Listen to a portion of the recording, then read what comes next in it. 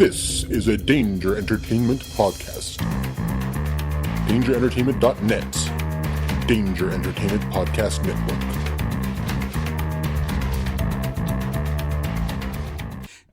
Jeff, what are you doing September 22nd through the 24th? I'm going to the Cincinnati Comic Expo. That's right. Ladies and gentlemen, HOBI listeners, Cincinnati Comic Expo returns to the Duke Energy Convention Center September 22nd through the 24th, 2017. Great guests include Greg Capullo, the artist from Batman, and, just announced, John Ratzenberger. Yep, Cliff Clavin himself. So get your tickets at CincinnatiComicExpo.com and come party with HOBI and Cliff Clavin and Greg Capullo. More artists and guests will be announced on Cincinnati Comic Expo on Facebook. Get your tickets now. Alright.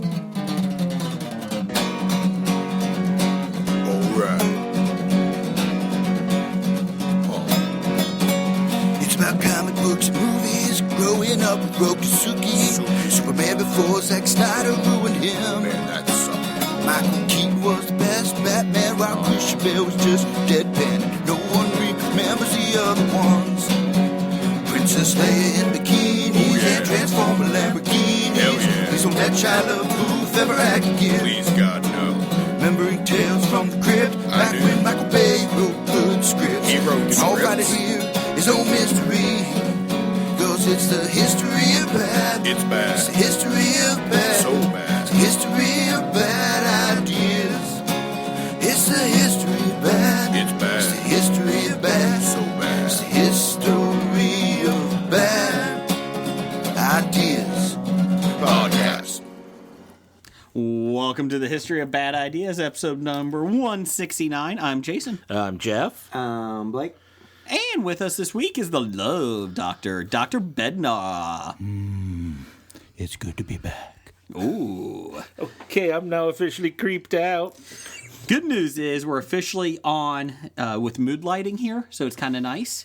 The drapes are drawn, the lights are down low, the fire's going, the Yule log. We got the Sybil Shepherd look going here. Foggy yet bitchy. It's nice. It's Burning nice. the jasmine incense. Oh, yeah. And Jasmine's dancing in the corner. Sorry. I feel like I'm Venus Flytrap on WKRP in Cincinnati. Oh, I missed that show. WKRP in Society 2? No, just the first one? Just the first. Okay, I'm just asking. And stay with us, because in News of the Geek, we have Hollywood bigwig Jason Brown. He's returning. He was on episode 124. He's a director. He worked on films of Avatar. He's never worked with Kevin James, so that's a positive.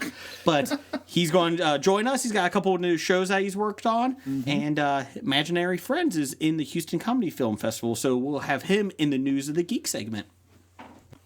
Well, yes, we have Dr. Bednar with us. Thank you, Doctor, for showing up. Hello. And we are here. It is episode 169. We do have some love questions for the Doctor. Why? So what's so special about 160? Look at the numbers. We're immature bastards. 160. Oh! There you go. Well done. Wow. Blake, how are you doing, man? Thanks for being here, man. Thank you. We love it. You're going to be out the next 2 weeks. Yes, in theory. Yes, so we're going to miss you. We're going to have some good guests. What's going on?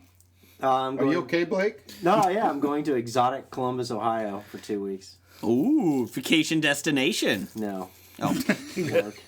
Is the Columbus Crew playing? No, I don't know. What about The Blue Jackets. Oh, Blue Jacket. Yeah. I'm sporting the Blue Come Jackets. on. baby. Okay, maybe. They've already clinched a playoff spot. Come on. Oh, okay. I'll come up there on Saturday. Which means all the Do you scrubs watch will be hockey? playing by the time he's up there. Do you watch Before the hockey, Blake? No, not on TV. Oh. Oh, where else do you watch it at? I'll go watch it in person. Oh, okay. Okay. Hockey's not a good TV sport. Sure it is. I like being beg there to in differ. person. Yeah. So we'll grab some guests next week, next 2 weeks. So there you go. But Doctor's with us this week. Hey, I could Skype in. You could Skype in. Should Skype in. Ooh, that could be interesting. Good. Are you going to be awake or sober? I don't know. We'll see. Okay. Be nationwide. Live from Nationwide Arena, here at the Columbus Blue Jackets, where the AAA team will be performing. That's right. Did he just become a 1920s radio announcer? Yeah. Oh, okay. I was just Blake, asking. right? That's true. It's not the Dip Man. Well, since we also don't have our hockey reporter anymore, Nickel, Doesn't even have a graphic novel show anymore. one more episode. Uh-huh. Anyway, so thanks for showing up, guys. We're on Twitter at Bad Ideas Podcast. We're on Facebook at The History of Bad Ideas. And we're also on Tumblr at Porn Bad Ideas. I don't know. And we're also on nerdly.co.uk for your British chaps. Hello, because G'day, mate! Nothing, Jeff? Cheeky monkeys. Forget it. Oi! Thank you. Are you the highwayman? I think that was Vinnie Jones. I was just clearing my throat. I'm the juggernaut, bitch. here's your cue card. Oh, right. Brilliant. Jolly good. Cheesy monkey. Wanker cool. Oh, whoa, hey. Hey, now. Oh, I read that wrong. No, you read it right. We're also on WeBeGeeksPC.com. Appreciate all the love there. Danger Entertainment. Hello, Michael Leal. He has one of our t-shirts that we're selling for $12. All proceeds go to charity. Danger Entertainment. Yes. I thought all proceeds went to Tara Reid. We're on the Tangent Bound Network. They all go to Tara Reid to get good constructive surgery. To her left boob. Yeah, is it left or Is that right? the saggy one? I don't know. It's not saggy. It's just awkward. Yeah. So, we do have shirts. Dr. Bednar has one. It's $12. You can direct message us at Bad Ideas Podcast or let us know on Facebook or at hobipod@gmail.com. And everything goes to Disabled American Veterans Charity in Kentucky. So let us know. Anybody got an up-down this week? You guys want to do up-down? Sure. I saw Logan over the weekend. Yay! How's he doing? Is that your up or down? It's my up, actually. I like Dr. Bednar's joke. I was ignoring it. I liked it. Yeah, no, really. How was it? I mean, it was better than I was expecting. see, I thought it was going to be. I haven't seen it yet, so I'm I mean, I don't want to get anyone's expectations too high, but it was better than I was expecting. I thought Patrick Stewart did a hell of a job. I mean, what did you think you're going to get everything he can? He's played this role in how many countless films? Right. But, you know, he got a new take on Professor X, and it was brilliantly done. And I'm glad they went the rated R route. It was a good call. If they went PG-13, it would not have been the same movie. There was no way you could have gotten across what you needed to get across. Did you like the actress playing X-23? Oh, she was excellent. She was amazing. Now, granted, they did a great job in how to cover up any deficiencies that a young actress, a child actor might have. Don't have her talk much. Have a mute character, or when she does speak, she speaks Spanish. So it's tough to tell if they're actually bad actors or just speaking But her broken English. expressions were good. Oh, she was good. Because everyone's talking about how good she was, and I was assuming she was going to be like 15 or something. She was like 10, 11? Yeah. I mean, that was outstanding. Dr. Bednar, did you see it yet? no. I've got it downloaded, ready to watch. Illegally downloaded, ready to watch. I'm gonna be. You got your watching tickets it downloaded yeah. to go see it. to go see it on the plane tomorrow night. Great. Damn it! Send all. We're not cutting that. To at HOBI Podcast. Delta is actually doing a good thing. It costs an extra $200, but they let you watch new movies out on theater, so that's Oh, nice. there you go. So I'll be watching Logan tomorrow night. But I think actually it was the last podcast I was on. I brought up. I said, so does Logan Break the curse? Does the trailer look like it's going to finally break the X-Men Fox curse of just having these horrible movies? And you all agreed there's no way it was. But I wasn't fully convinced yet, because usually guys are right. But the trailer actually just looked like it could be really good. I mean, not supposed to, but yeah. I mean, was it a perfect movie? No, there were some faults or whatnot. But no, it was, especially compared to the last stuff we've been getting from Fox. right. Well, I mean, you could have taken a crap and it would have been better than that. So. As long as you put time travel in it. with time travel. That's Blake's favorite motif of any movie. Oh yeah, of course. No, seriously. Is it for $200? Yes. Yes. Oh. Yes. Because I was about to say that's what's wrong with the airline industry. Yes. Yes, it is. Next thing you know, they're gonna be charging you $50 per luggage. Don't eat the fish. If Airplane taught me anything, don't eat the fish. Demand that extra olive in your salad. Damn it. That's right. You're entitled to it. Right. So that's your up this week, Jeff? That is my up this week. Doctor, what's your up? I know it sounds very menial, but you guys have heard of the whole work-life balance thing, right? You know, it's a very 1990s, early 2000s thing. I learned a new term and what it is these days. It's work-life integration. Okay.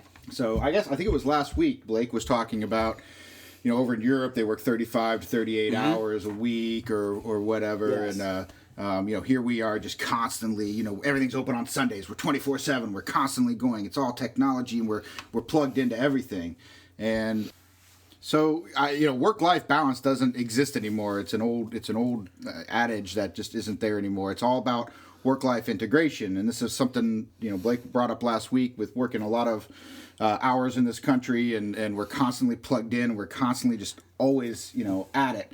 And you know, I read some articles this week and brought them to my workplace about work-life integration, and it actually really helped me to relate to some of the millennials and the next generation on how we're going to you know, work as a country and as a workforce moving forward. It's no longer work-life balance. We're always working in many cases. So I'm up on work-life integration. You related to the millennials by firing them? No.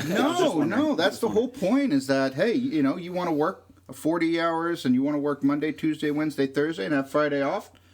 Did you get your work done? Hell yeah, go for it. I don't know if we talked about it on the show or something else, but I did read an article about that it is stupid, the whole 1950s, you got to work in an office, cubicle, because it doesn't work. No.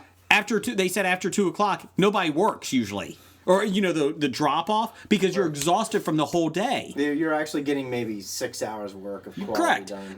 And they I'm just the opposite. Yeah. I do my best work right before the day ends. I stuck in the morning. The last 5 minutes. But again,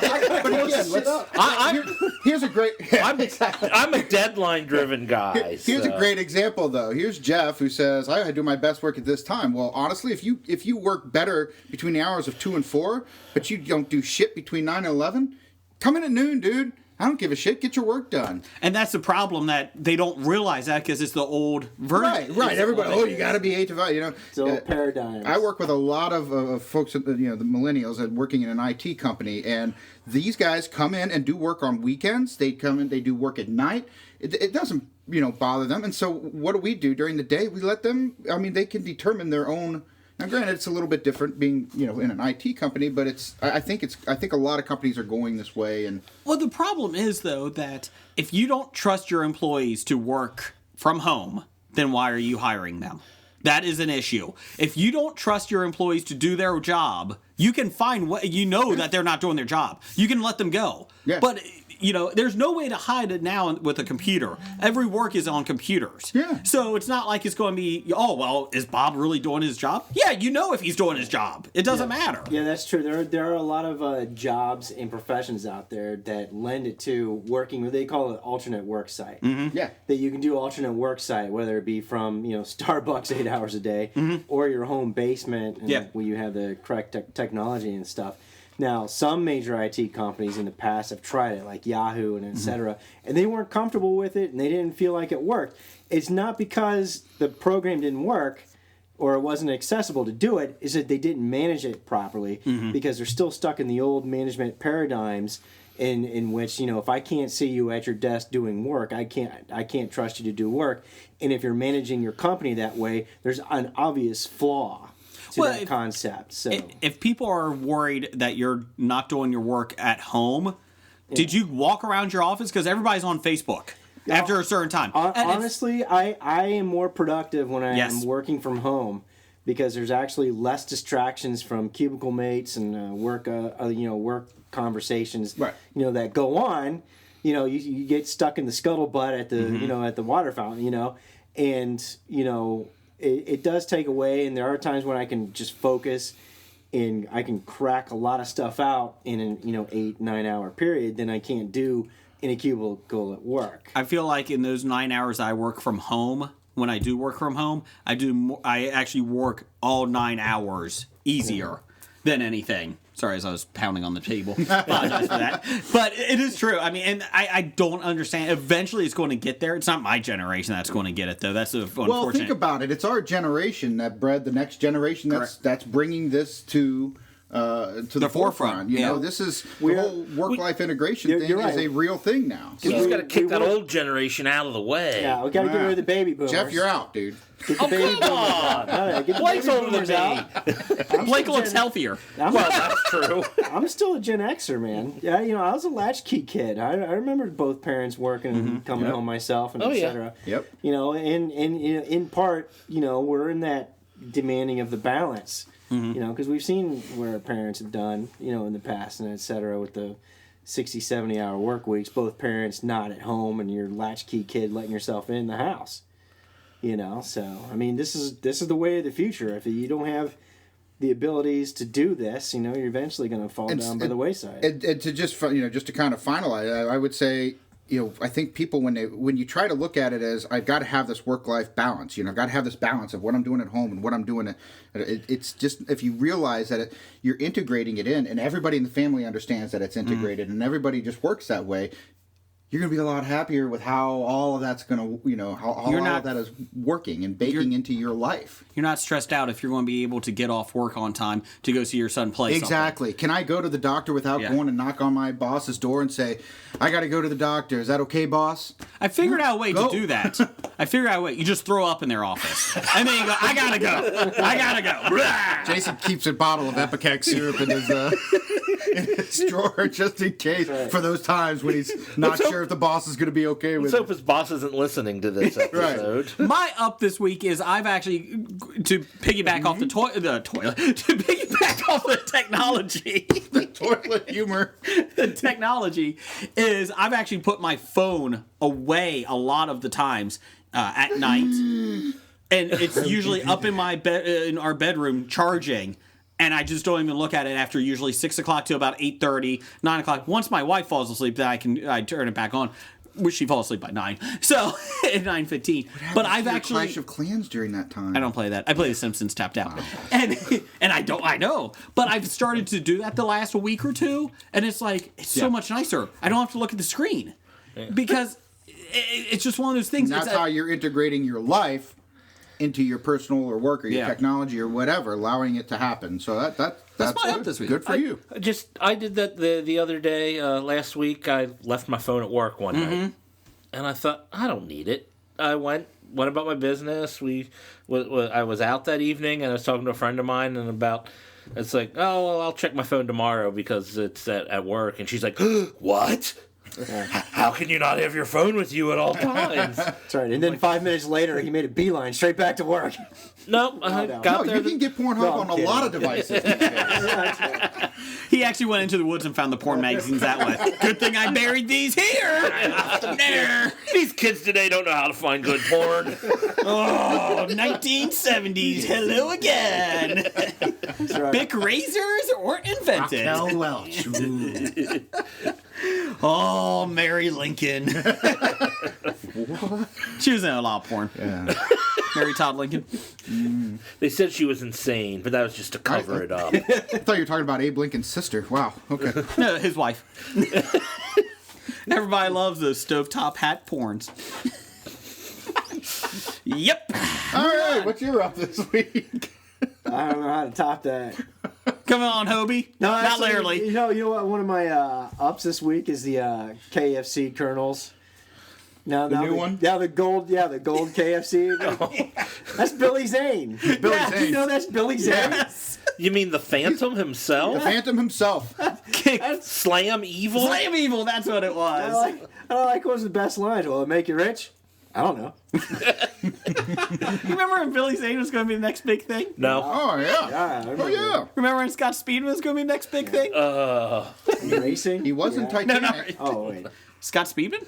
Billy Zane. Oh, he was the bomb in Phantom. The Phantom. One of the most underrated, overrated movies ever. And the best is they fight pirates in it. That doesn't... No, you can't do that. It doesn't translate. Well, it's because they didn't have Johnny Depp. Yeah. Oh, that would have made it worse. Made it much better. No. But my series other up was Black Sails final episodes next week. Oh, I can't I've been wait. Never watching that for watched the a past single couple one of years. them. It's actually pretty good. It's like the precursor history to Treasure Island. Did they find the treasure in this show? No, they just buried it. Oh, okay. Speaking of pirates, Yeah. we missed the great segue right to there. No, we missed it. What was the? When you were talking about pirates, and then Oh, okay. speaking of pirates, Anyways, Black Blake, Sails. what were you going to say about black sails? I just did. Okay, good. Fuck you, Jason. You're a cunt. Whoa, that's a cheeky monkey there. He was using the Queen C word. See, Nikki, what you started. He was using Anyways, the Queen C word. That wasn't the American C word. you know what? Let's not do it down this week. We're going to do a positive. Yeah, it's all that's what I like positive to this hear. week. No All downs. positive. Good, because I actually didn't have a down. Well, no one asked you. Anyways, so we did get a couple of tweets. You can follow us at Bad Ideas Podcast. That last week when Chuck somebody died, who died last week? Chuck Barris. Thank you. Anyways, when he died last week, we accidentally said Chuck Barris Yes. from The Gong Show. Well, 3 hours after our show premiered, he did die.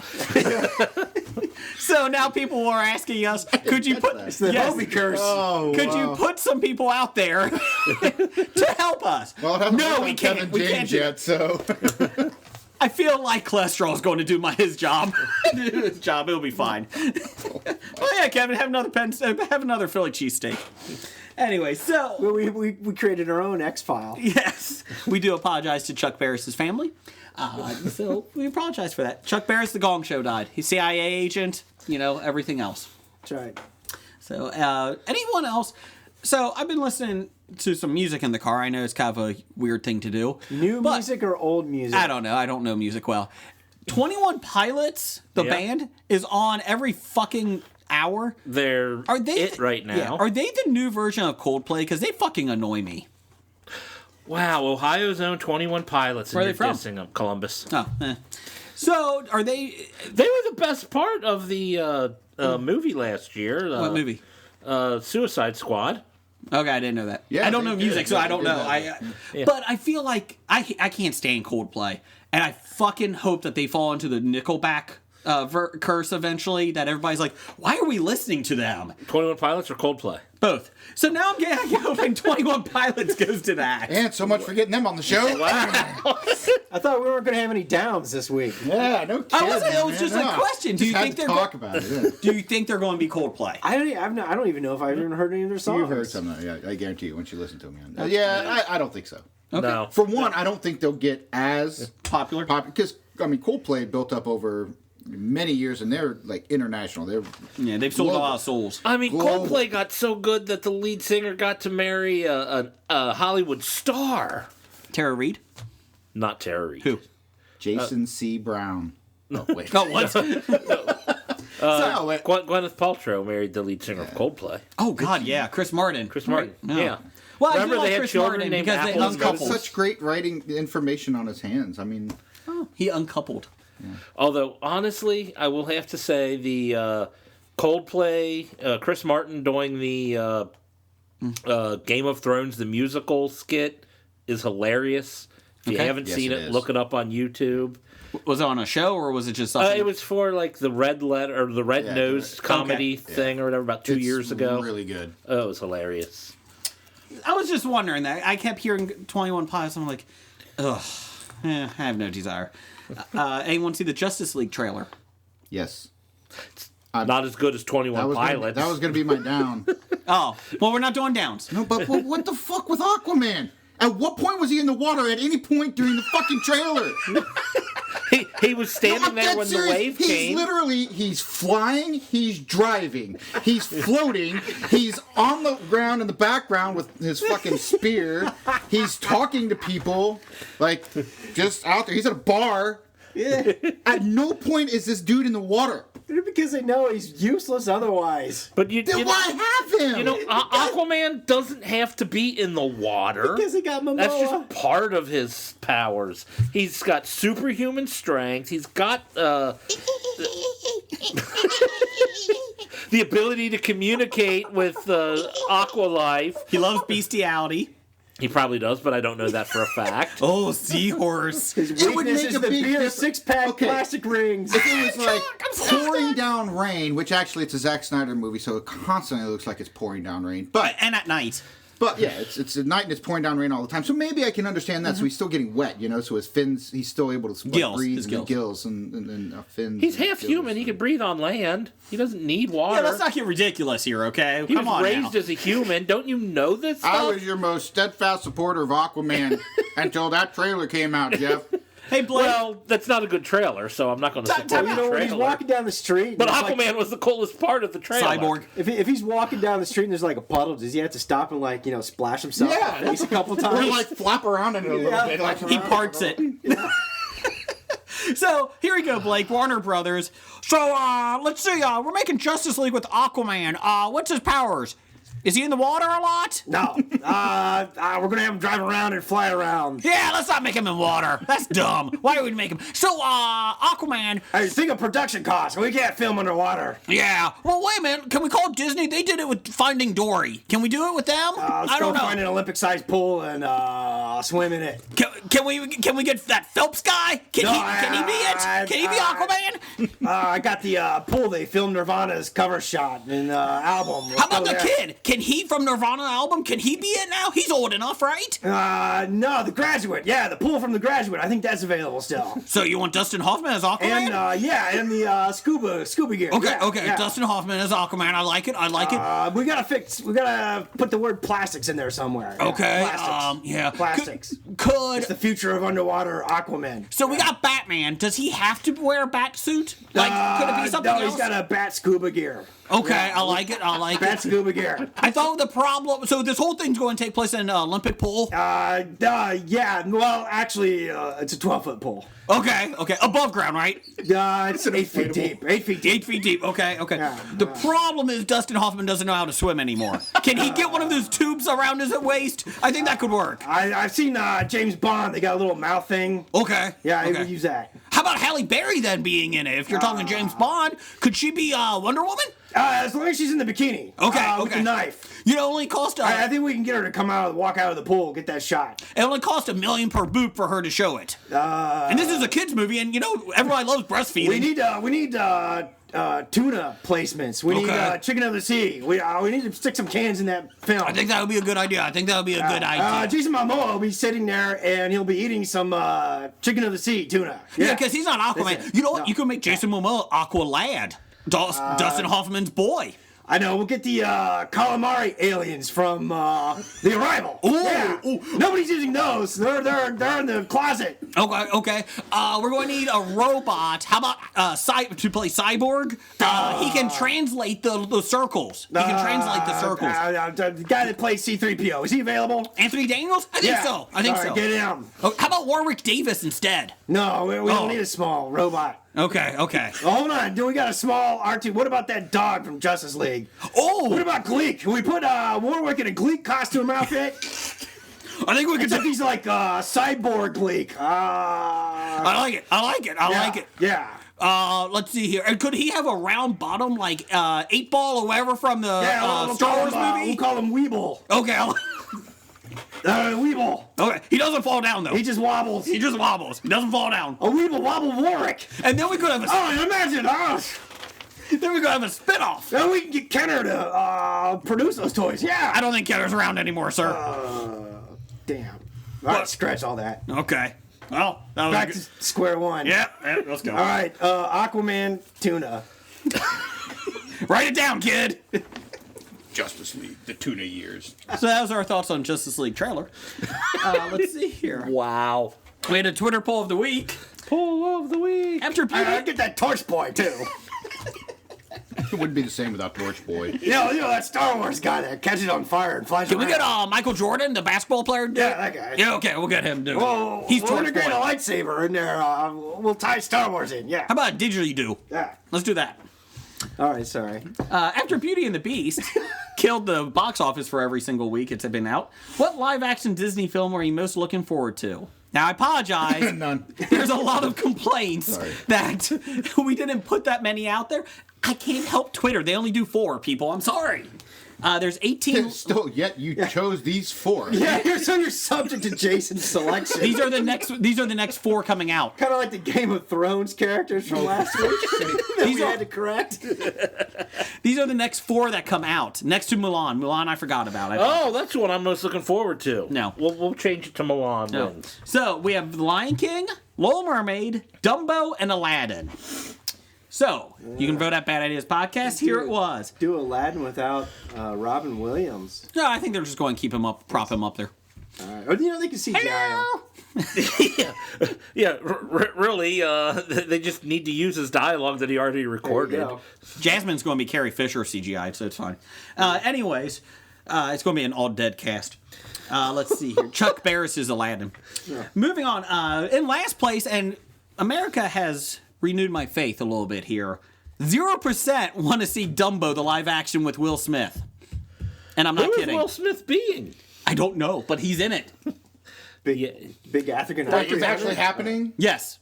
These are Live movies, action Dumbo. These are all movies that are happening by Disney. Live action. I'm not bullshitting. You sure it's not Operation Dumbo Drop? I thought this was like a hypothetical. No, this is real movies coming This out. is really happening. So there was logic to your selection. Yes. 0% But Dumbo. wait, I mean, as if Hollywood couldn't get bad enough Well, let's with get their Disney. rehash, or just in general, In general, I movies agree. in general, what are constantly rehashing everything. Now we got to just rehash all this in live action because the Disney. Because Beauty and the Beast has made $300 million in 2 weeks. Okay, of Well, all of them, if you would put all of these in here and said Beauty and the Beast as one of these options as a 5th option, it would run away with live action. That would be the most no-brainer one to do. My issue is I just go watch the original cartoons if I want to see these movies. Well, really, if you think about it, for the past 30 years, hip hop has been rehashing all the popular songs from 1980s and before. Yeah, but it's all. There you go. It feels new each time. Led Zeppelin See, but these are copied with off live of actors, P. Diddy, right? So it's new. Yeah. Kashmir? I think that was not Zeppelin. No, Led Zeppelin copied the Beastie Boys. Oh, good call. Good call. Right. Beastie Boys came out first, right? Yeah. Okay, so anyways, Dumbo was 0%. We had a pretty good response to this. Of course, we're talking Beastie Boys from 20 plus years ago. People today are like, what referencing are they doing? No! I don't understand. Rest till Brooklyn. It's sleep. No sleep. till Brooklyn. No, it's rest. He just wants to rest. In third place is 25% The Lion King. That's the one you voted for, isn't it? I cannot vote. Even though I put the poll up, I'm not allowed to vote. That's the one you would have voted for. Probably none of them, actually. No. And in first place, winning 44% to 31%, Aladdin over Little Mermaid. So there you go. I voted Aladdin. Disney is also remaking live versions, making a prequel to Aladdin called Genies, about how the genie got into the lamp. I don't care about that. Dumbo, a prequel focusing on the origins of Cruella de Vil starring Emma Stone. Now, hold on a second. That's Dumbo. Yes. And then comma. A prequel. Misuse of comma. I read the same thing. Very much a misuse of the comma there. Emma Stone is Cruella de Vil in a prequel on how she got evil because everybody has to learn that. They're also doing a live action of the demon from Fantasia, how he became a bad guy too. And I'm not kidding. I'm like, why? We're also doing another one. He was a demon. That's how he became a bad guy. Boom, you're born. You're a demon. You're a demon. That's why he's bad. Live action version of Peter Pan because we haven't had enough of them. With a spin-off film of Tinkerbell starring Reese Witherspoon. Thanks for stopping by, Chris. I'm excited about that. I'm excited about none of them. So I'm just hoping. I can't wait till they remake Ab Fab. That is my excitement. Oh wait, they did. As an animated series. Yes. Oh, absolutely fabulous! The animated series. Oh, I so want that. That would actually be really, really good. Yeah. Speaking of Ab Fab, I got a book from number one fan Doug. Edna, come on, darling, sing. Humphrey, yes, come on, Pat, old chap. The man turns around. It's Patsy. All right, I'll do that Sonny and Cher number. They were young. Oh, hang on. I just get this chord right. I have the absolutely fabulous scripts in a book form, and I'm excited about this. Blake, anytime you bring up AbFab, I'm going to read a line from the book. Good. It may accidentally like it. make you smarter. Yeah, exactly. New best friends. Well, I love that episode. Love it. What drugs you talking about last night? Patsy had them, not me. What? You realize these are English women? But it was my English. Become a semi-southern belle. I do declare. It's like absolutely designing women fabulous.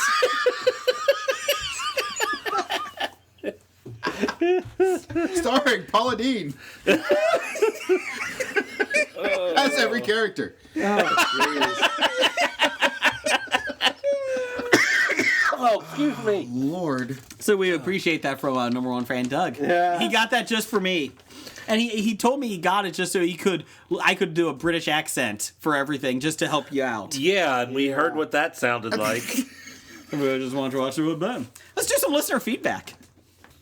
And we're gonna kick off some listener feedback with that guy named Doug. Number one fan, Doug. Can't give yourself a nickname.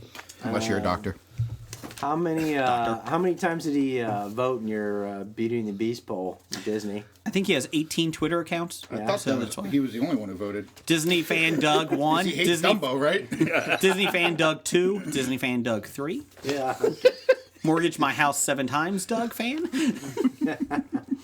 Anyway, so Doug says Chris Kattan, which, by the way, I love Chris have you Kattan. seen a picture of Chris Kattan lately? Mm-mm. Yeah, he hasn't aged well. Apparently he has an illness. Yeah. Way to take that down there, Blake. Oh, wait a minute. No, he has some rough times. Okay, let's get into this. Anyway, so Chris Kattan is going to be on Dancing with the Stars. Will you watch now? #Roxbury. I love the night at the Roxbury. Are you going to watch Dancing with the No. Stars? Good, because he got voted out last night. Oh, well, I was going to until that happened. I'm upset. I voted for him many times. Mr. T still in it? He is. It's his dog. No. Didn't he have a dog with a mohawk? In the cartoon, yes. I thought that was real life. No, that was the animated series. Oh, okay. See, that's what happens when you start doing animate. You get everything mixed up. Real live action, animated series. I have no fucking clue anymore. Was he in anime, Mr. T? Yes, Mr. T. Anime. No, I'm not. I do love Chris Kattan. No, I hated his one SNL skit. What the hell He had was that? two. He had two bad He had ones. Roxbury. No, I had that Monkey Boy. And the Monkey He Boy. had the Mr. Peepers Mr. and the Peepers. Mango. No, Mango. That's it. Mango. And I like Roxbury. I What hated is that Mango love? character. Yeah, Roxbury's funny once. The movie was awesome. No. Dun, And dun, Corky dun. Romano was terrible. I used to, I don't know. Oh, wait, hold on. Let me get my bracelet out. You, me, you, me, you, me, you, him, me, you, me, him. What is a silver bracelet? You dance the Hadaway all the time when you're at the My club, wife too? did mention that she would like to come on the show here and talk about that bracelet, and that is not what won her over to marry me. So she would like to make that clear for everybody. Jason's discoteca bracelet. She said, in fact, she would have ran. So just to let you know. So you were metrosexual before it was cool. Oh, dude, yeah. I'm secure in myself. I procreated 3 times. On purpose. He's been sweating. 2 of them. 1 was an accident. Which one we won't tell. 20 years. Oh, I think it's pretty obvious. Anyway, so We moving at least on. know 3 times. 3 At least that's what he times a claims. lady. All right, regarding the HOBI Monopoly pieces. Yes. We did Monopoly last week, HOBI version. It's, from Besotted Geek at Besotted Geek Pod. He came up with a couple. A croissant, Oh, give me my croissant. a torso with abs. In honor of Jeff's friends, That's right. Or There's too many to count. But Tate, Chris Pratt, John Noble. Chris Evans. Chris Evans, he is yummy. John Noble abs. Ab. or a globe on fire. A globe, because some people just want to watch the one bud. I came up with my own. It was the Blake Boner. Blake Boner is a good one. Blake Boner. You have to go back a lot of episodes for that. Yeah, Heno would Of induct course, that one. that'd be the X-rated version of the HOBI Monopoly. Would Heno carry it? Oh, wait a minute. I just... thought of a lot of funny jokes, and a lot of them are demeaning. All right, self-deprecating. Would we have a little figure of Henno holding the Blake boner walking around the thing? That could work. We never said Floppy as one of the. A floppy could work. Oh, floppy. Yeah, Idris we got Elba? Floppy. Idris Elba. Would you got any other Monopoly pieces for Hobie?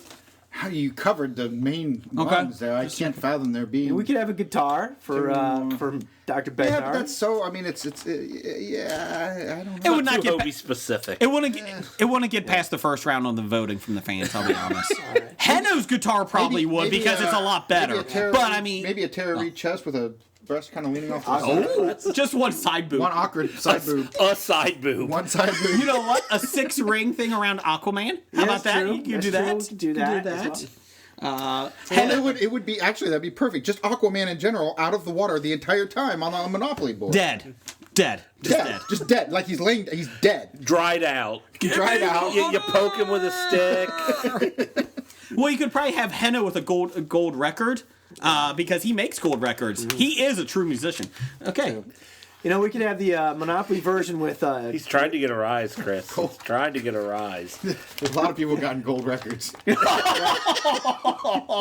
For people that don't know, Henno and Dr. Bednar have a rivalry that's excited by Hobie. Just expert. Yeah. You know, It's okay. you know, our version also came with, glitter dust, but it usually disappears after the first time you play with it.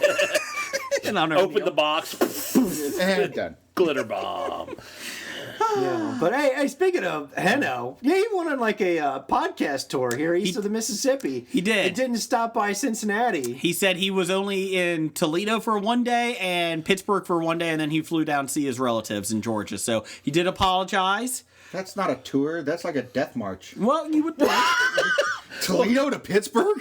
Jesus. Toledo is quite beautiful this time of the year. They have a tree that's green. And they got Rudy's hot dog bar. Yeah, Rudy's hot Don't dog get bar. me wrong. And you got Tony Paco's up there, too. Now, don't get me Hey. wrong. Toledo is When- fine. When you're going from the armpit to the taint of the Midwest, I mean, what the hell are you going to do?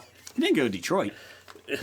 Well, actually, he flew into Well, he Detroit. did fly in. I'm just happy he got out of Detroit. Anyways, thanks, Jeannie and Tony, for listening on Saudi language. Yeah. Moving on. Listener reviews. It's our good friend, Jordan at Hojo B1. Jordan! Hooray. He said, watched both Power Rangers and Life this weekend. Of the two, I would recommend Power Rangers. Hooray. Life was disappointing. Power Rangers was surprisingly enjoyable. Very upset by Jordan this. 12? No, he's not. Oh, sorry. Power Rangers are great. I don't understand the hatred of I them. seriously I'm shocked that you're this big of a fan of Power Rangers. I can't explain I'm not it. shocked at the fandom of Power Rangers. I'm shocked at the idea that you're actually they're doing this movie. But Jeff, It can't do anything but fail Let me make miserably. yeah, but we still make Hobie episodes and we fail sometimes. No, but I you fail think- so wonderfully. Well, that's true. That's true. I'm just saying, I think Desmond put it out there. Looking ahead, I don't think it's in there, but Mr. Hassing went ahead and said, if you're watching, if after watching the excitement of watching the good Power Rangers movie, you kind of want to go in and get on Netflix and watch some of the old shows, don't. I could see that. So apparently the movie actually, is pretty good, and it actually hurts to go back and watch the shows. Jeff, I've known you for almost 20 years, and I never knew you liked Power Rangers. That is something new. I don't know. A lot of kids his age like Power Rangers, A lot of kids my age like Amy Jo like Johnson. Marilyn Monroe and stuff. It's true. They like Marilyn Monroe too. Yeah, well, I mean, that's what was sexy at the time, right? Oh, we're getting to that. Hey, Blake's older than me. Not by much. Oh no, Life was disappointing, though, he says. That's kind of- Anybody seen Life? I wanted to. Well, I saw a scene from Life because when I went to see Logan, apparently we walked in the theater and Life was playing. Well, we're thinking it's a trailer and we're watching it and we're like, okay, We're in the wrong room. there hasn't been a cut. We've been watching this scene. I'm like, It's an extended cut scene. I'm like- special. and like this is Life. This movie just came out, and apparently they started the wrong. Was it movie Life or with something. Ryan Reynolds or the one with Martin Lawrence? Well, Ryan Reynolds. Oh, okay. Because I would be quite disappointed if I had to sit through Martin Lawrence movies. Honestly, isn't life just Alien? You know what? It's all the same. Right. Kind of disappointed. Next, we got more listener reviews. Mm-hmm. It says from Ryan at Greenup. It says 1.5 episodes into Legion, and I'm confused AF. That stands for as feck. Affleck? Affleck. You know what? He's only 1.5 in. I told him you're going to keep getting confused until about episode 5 or 6 when it starts. Well, actually, wait till he gets to episode 6 when it changes. goes back to episode 1, and yeah. And next week is the season finale, right? Is it only 8 episodes? So, I believe it is only 8 it's episodes. only- excellent. Well, then, Can I just say that this is my new obsession show? Like HOBI? Well, and Okay. Legion. Gotcha. And Legion. It is. I don't know. It's taken over. Like I needed that something other than Walking Dead to get me past something like a Westworld, something that was could get a little confusing, make you actually think. You could binge watch AbFab. Yeah. No, but Legion is mind-fuckingly, awesomely. It is delicious. amazing. Even if you don't know what's going on, it's amazing. Yes. and even this week, the cinematic style of going to the the black and white silent film. Oh, that was really cool. perfect. Holly, Spoilers for the next couple minutes. Is a fantastic. I mean, I've watched a little bit of Fargo. Have you guys watched Fargo at all? No. I don't watch. I mean, I've seen a couple episodes, and I'm amazed that I don't watch more of it because it is based off of the movie, but they do a really good job. Or nothing but good things. And Holly, the director or producer of it is fantastic. So when I saw he was going to be doing this, it was the only thing that interested me because I could give two shits about another anything. And the first episode, yes, I was confused as hell. But it was still But I was like, beautiful. I'm going to watch the next one, because it was really, aesthetically it was good. So I watched the next one. I'm like, okay, I'm more confused, but it's good. And then by the third one, I mean, I was completely hooked. I was backed up by about 3 of them, so I watched 3 in a row. And then I'm waiting, like the night of. I'm waiting, and I wait 15 minutes so that I can then start it and not have to watch any commercials, but like just be able to watch it straight through. And I'm serious. I'm ready. I can't wait. So to from watch now anything. on, I'm going to text you when I see the whole show. 15 minutes left. Oh my God, Doctor! Did you see what You see how happened? that started? Oh my God! Did you see how that ended? Oh, I'm sorry. No, but see, Jason, he did Blake it does right. that to me for Always Sunny in Philadelphia. Sometimes, like, oh, did you see it? Well, I haven't watched it It yet. starts 15 minutes late, so by the time the end comes, he's caught True, up. that is true. He's not an idiot. I'm not good on math. Yeah, I mean, the cinematography was fantastic. Everything that I can't even explain. One thing I really dig about it, and you probably dig about it too, because I know you're a Floyd fan, is all of the Pink Floyd referencing. Of the. I mean, and seriously, they said he's going to film this entire first season as if it's Dark Side of the Moon. Now we got to play the whole season synced up to the... Synced up to Dark Side of the Moon. But no, seriously. So Sid Barrett is based Named off after of Sid Barrett. in the comics. I don't know the comics very well. I don't There's either. no Sid So Barrett. that's Jeff. No, that's... So Sydney's not in it. So she is either something he's made up, or but whatever. Sid Barrett was the original founding member of Pink Floyd who went insane. He wasn't treated for his illness, and so ended up ultimately in an asylum. Where he's still alive today. No, I think he passed. Oh no, he did pass. Yeah, you're right. Yeah, right. passed about he 2 did years pass ago, away. I want to guess. But he lived a long time in an insane asylum, and all of Dark Side of the Moon was based on his insanity and what it's like to have. If Wish You Were Here was written about him. And so Floyd based a lot of their music post Sid Barrett on mental illness in many ways, and this entire show revolves around Him. Last episode was good. Don't get me wrong. What? Don't get you wrong. No. Episode 6. Sorry, episode right. 6. Episode 6. Okay, episode 6. Was good, but I was kind of like I liked it, but I was kind of falling off for a little bit, and then this episode pulled me back in. Yeah. And I love how most shows don't do this, but they still this one did it, and it did it well. They brought everybody up to speed, and you didn't feel like you were completely lost. They explained what happened in a fun way, and what you've been watching for the last 6 episodes, they brought it back, and they showed you this is what's going on. Right. Because David is trying to figure it out in his mind too. Right. And he's like, I love which is the beauty of it, because the you're trying to classroom was figure it out. great. I thought of you on this one, Jason, but when he's with his rational side Yes. who was speaking speaking in the English accent, which the actor is English. I'm is assuming British, that's his. I did main like that. voice. What, you speak in English? Yeah, and then in his American accent did a fake English accent. That was impressive. He actually And did, I'm like, yeah. wow, and he's like, that's supposed to be an English accent, and I thought of Jason immediately on that one. The guy with the beard that was helping him, that was Oliver. doing the music, Oliver? Oliver. Yeah. Oliver. Okay, so I love his character. Oliver Bird, Dr. Oliver Bird's is husband. Yeah. Here's the funny He thing. is. My He's a New oldest Zealand actor, by the way. Well, here's the funny thing. My oldest son was obsessed when he was a little kid, like 3 or so, with the movie Rio, with the blue bird and Yeah. all that stuff. The bad guy in it is Nigel. Played by Oliver is his voice. Every time he talks, I'm waiting for him to break out in his big song in Rio, and I'm watching this like, it just the song keeps going in my head like, son of a bitch, damn it. But he might be one of my favorite characters. Him doing the musical notes, and that was beautiful. Oh, that was beautiful. That was really cool. Should I throw out my theory, or do we want to Good. Yeah, no, actually, I was hoping big you. spoiler, if you're not caught up to date, they do reveal who it is. So Ryan at Greenup, I hope you're not listening to this because if you're only 1.5 episodes in, now you're going to be really confused. As fuck. Well, this is an initial thought I had after watching the first episode, and now I come back around to it after watching the 7th episode. I think everybody is a part of David's mind. Really? Yeah, I think at the end of the show, it's going to turn out this whole season was in his mind. That's my theory. I hope not.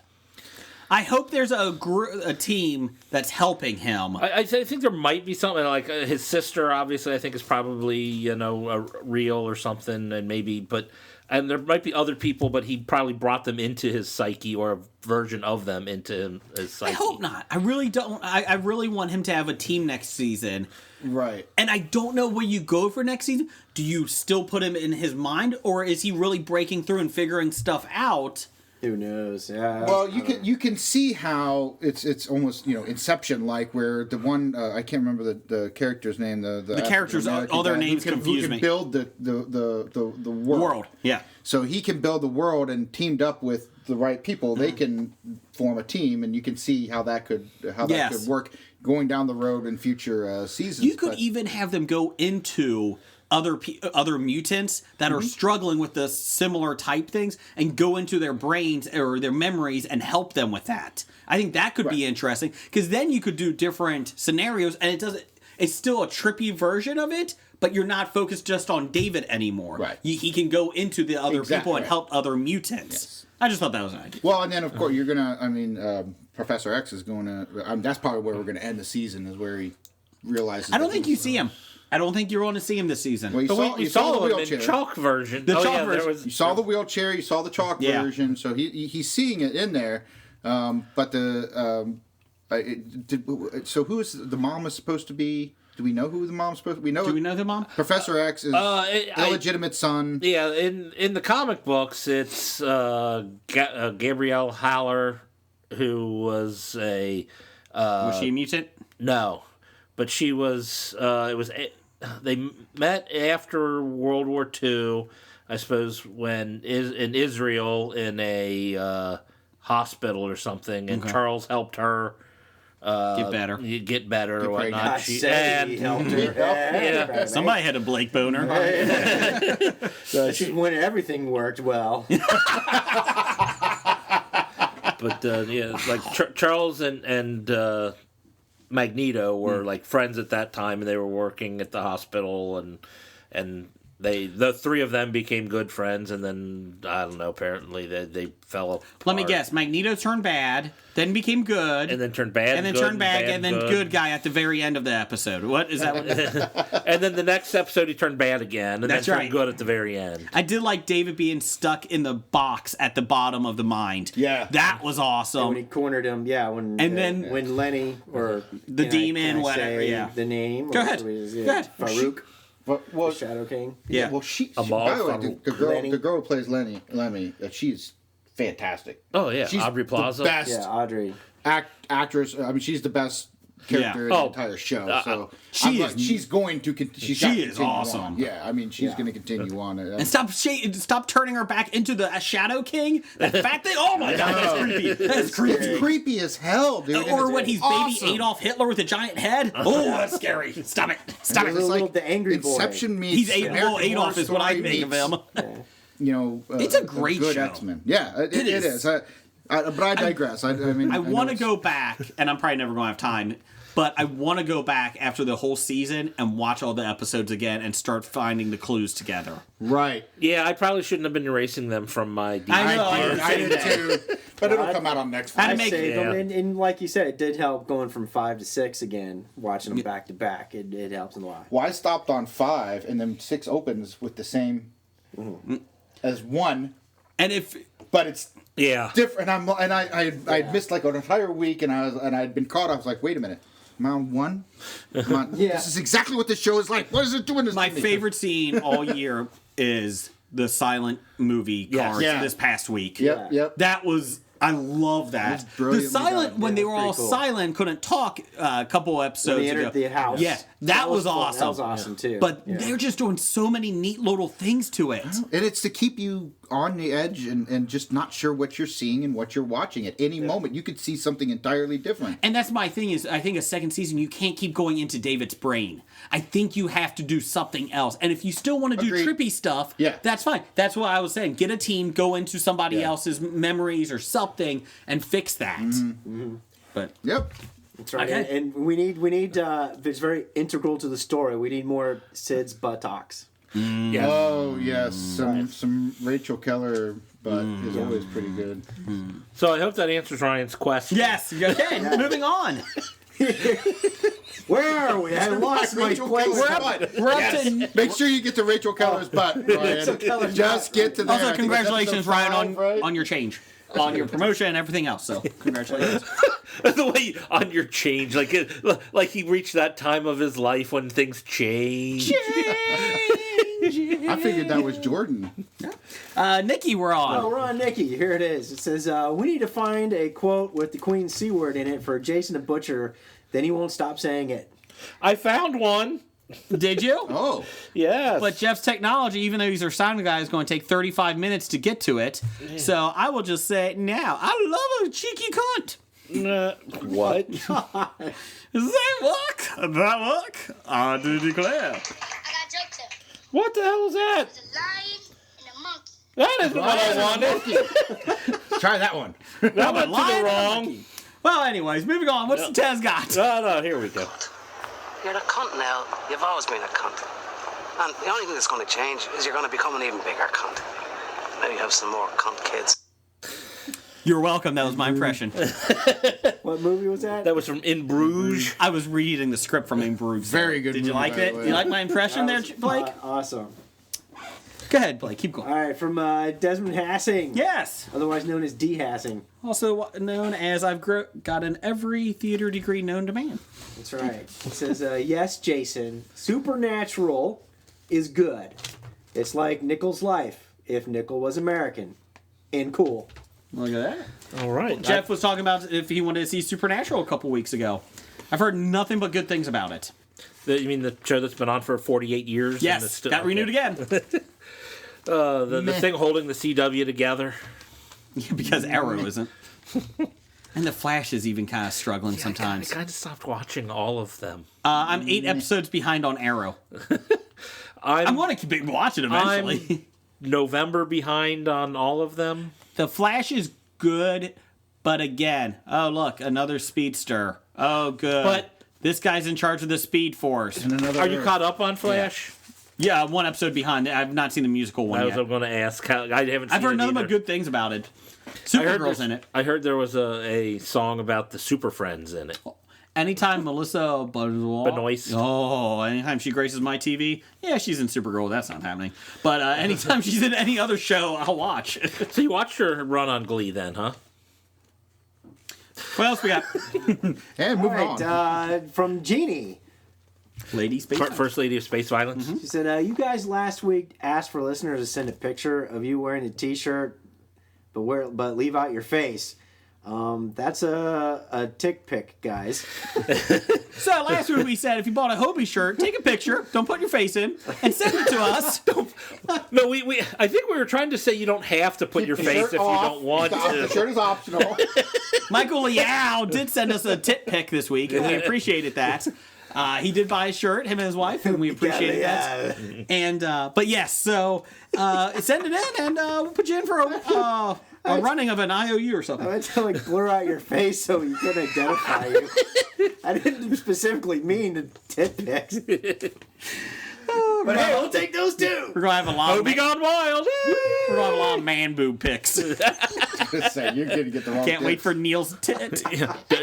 Dev, you don't need to send us a pic. Yes. Oh my goodness! All right, from Besotted Geek, episodic Geek Pod again. Said, did HOBI just predict the passing of Chuck Barris? We did. We apologize. Said, what were the scary movies when Jeff was a kid? Nosferatu? Was Frankenstein out yet? Oh, Since Jeff wasn't scared of any movies. I'm a big guy. I'm not scared of any kids' movies. Fuck you guys. I don't I'm a understand. tough guy. Still don't understand how you're scared of. How you're scared of any movie, let alone a kid's movie. I'm so tough. I'm not even afraid of cholesterol. I'm not scared of anything. That's why I grow this beard to hide my face behind. Yes. What are you hiding from, Jeff? Is there something else? I have no clue what he's talking about. That's good. Anyways, what else we got? From Pop Culture Cafe. I have your fault, seen Jeff. the first 6 of Iron Fist, and I say, watch Jessica Jones first. Okay. Jason Watch was. Jessica Jones, period. Well, Jason hadn't finished Jessica Jones. And I he did was- this week. Oh, did you? No. And he was talking about watching Iron Fist. He's just telling Jason finish Jessica Jones before Iron Fist. And now it's time for the love questions. Oh, with Dr. Bednar. Let's go. Blake, go ahead and read them. Dr. Bednar will answer your love questions. Just to let you know, you should consult your immediate physician for any of these. But, it does, none of these answers protect you from STDs. All right, from Graphic Novice. What are the best ways to use pull-in chains as a sexual prop?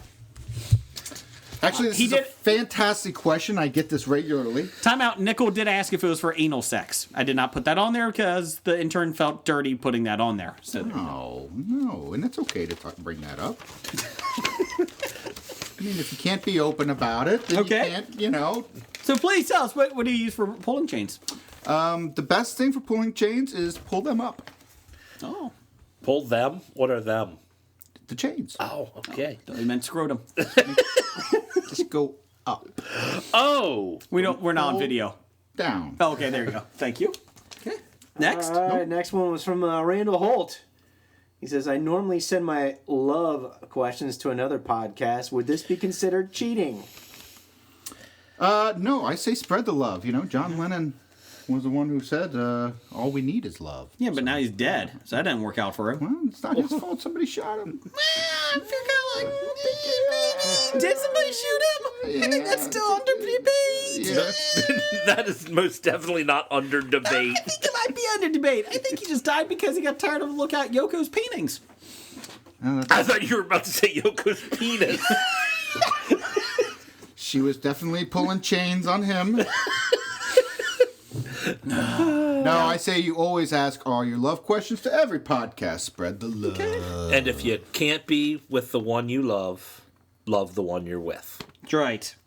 So settle. Next, we got from Dr. Number One. Ooh. Says, I might be in love with a podcaster who doesn't even know I exist. What should I do? Ooh.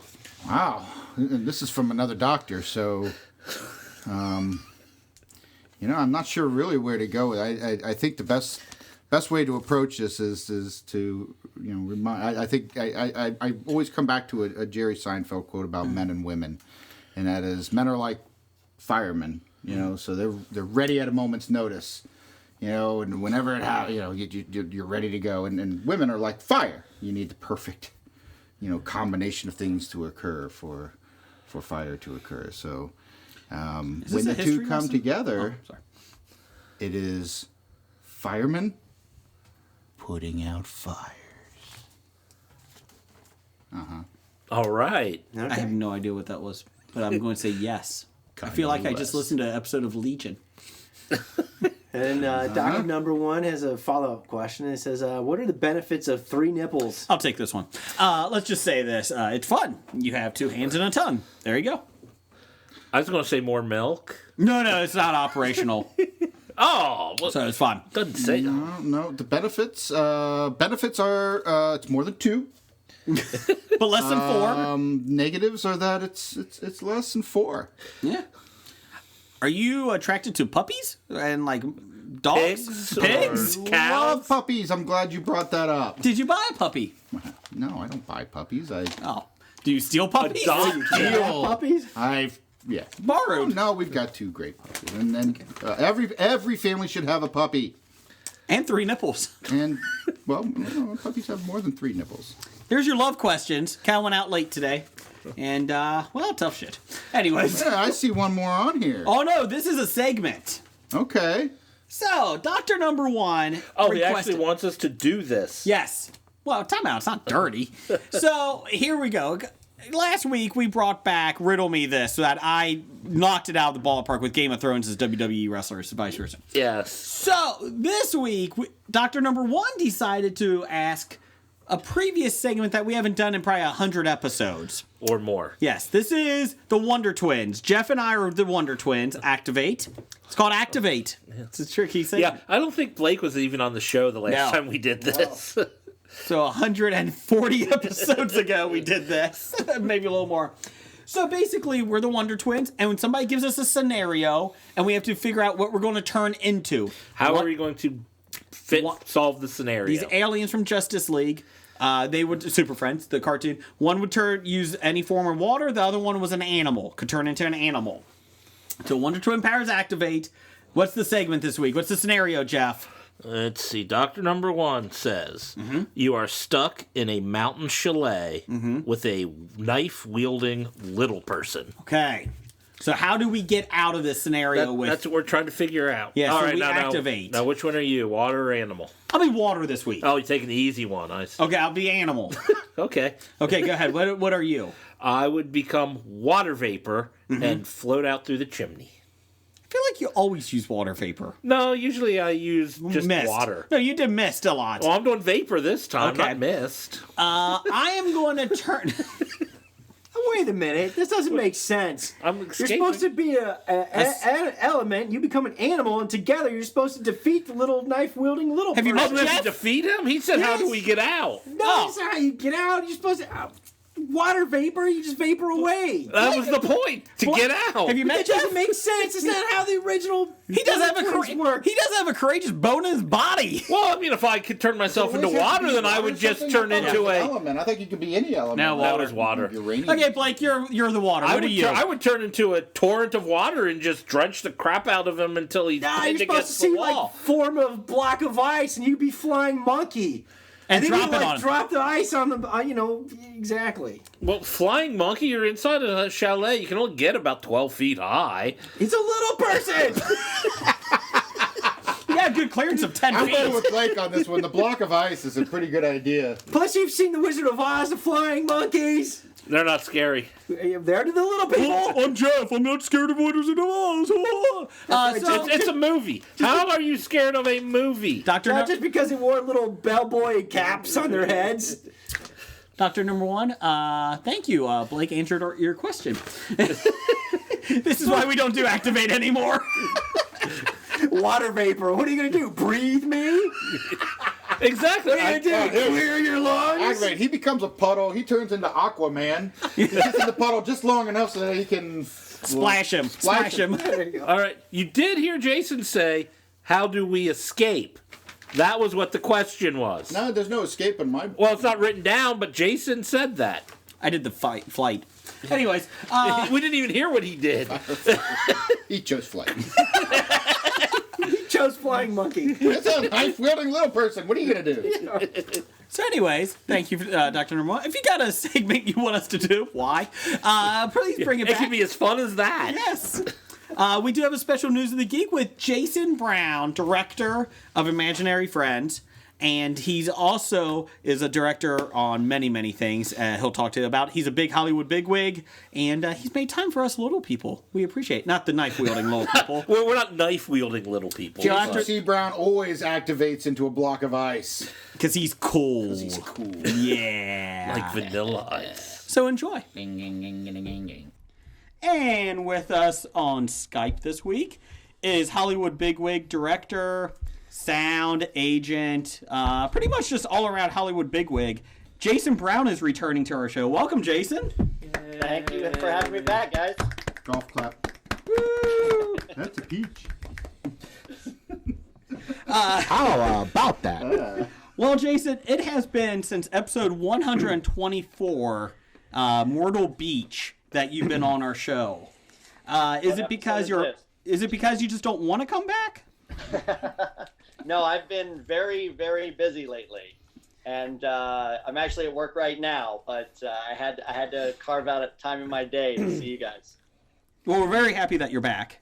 It's great, and we got with us Dr. Bednar here. Doctor, you requested Mr. Brown this week. We always love having him on, but you requested him, and can you tell us what's going on, Jason, in your life right now? Well, the big thing, the last time I was on with you guys, I had just finished making a short film called Imaginary Friends. And the big news this week, actually, is that we got into our first 2 film festivals. And hopefully by this time next week, we'll have some announcements about premieres and stuff all over the country. So we got into the Houston Comedy Film Festival, which is going to be at the beginning of April. And then mid-April, we got into the Julian Dubuque International Film Festival in Dubuque, Iowa, which is kind of a big festival. So that's going to be we're going to be having our premiere for our short film. Are you going to Iowa? I am going to Iowa. Sweet. I've been telling everyone at the end of Bowfinger, Steve Martin gets that FedEx, and he opens it up, and he goes, "It's an offer to make a movie with Kit Ramsey's brother in Taiwan." And he goes, "We're going to Taiwan." So this is we're going to Iowa. That's my moment. Hey, So, Field of Dreams, baby. Dubuque is right near Field of Dreams, There so you I'm go. told. Yeah. So, it's going to be great. I've never been to Dubuque. I did a movie in Des Moines about 5 years ago. So some of the crew members from that movie that I worked with are going to meet me out there, and they're all going to come and support and stuff like that. So, Nice. myself and both producers are going to be able to go. Was that Avatar that you worked on in Iowa? Yeah. Yeah. I wish. They have a lot of lush greenery. They do say Yeah, they Iowa use the a lot. blue Oh, no, that's plate. Iowa. Iowa. Oh, I always thought it was Iowa. God, you're right. Sure it wasn't Congo. I think they filmed Congo in Iowa.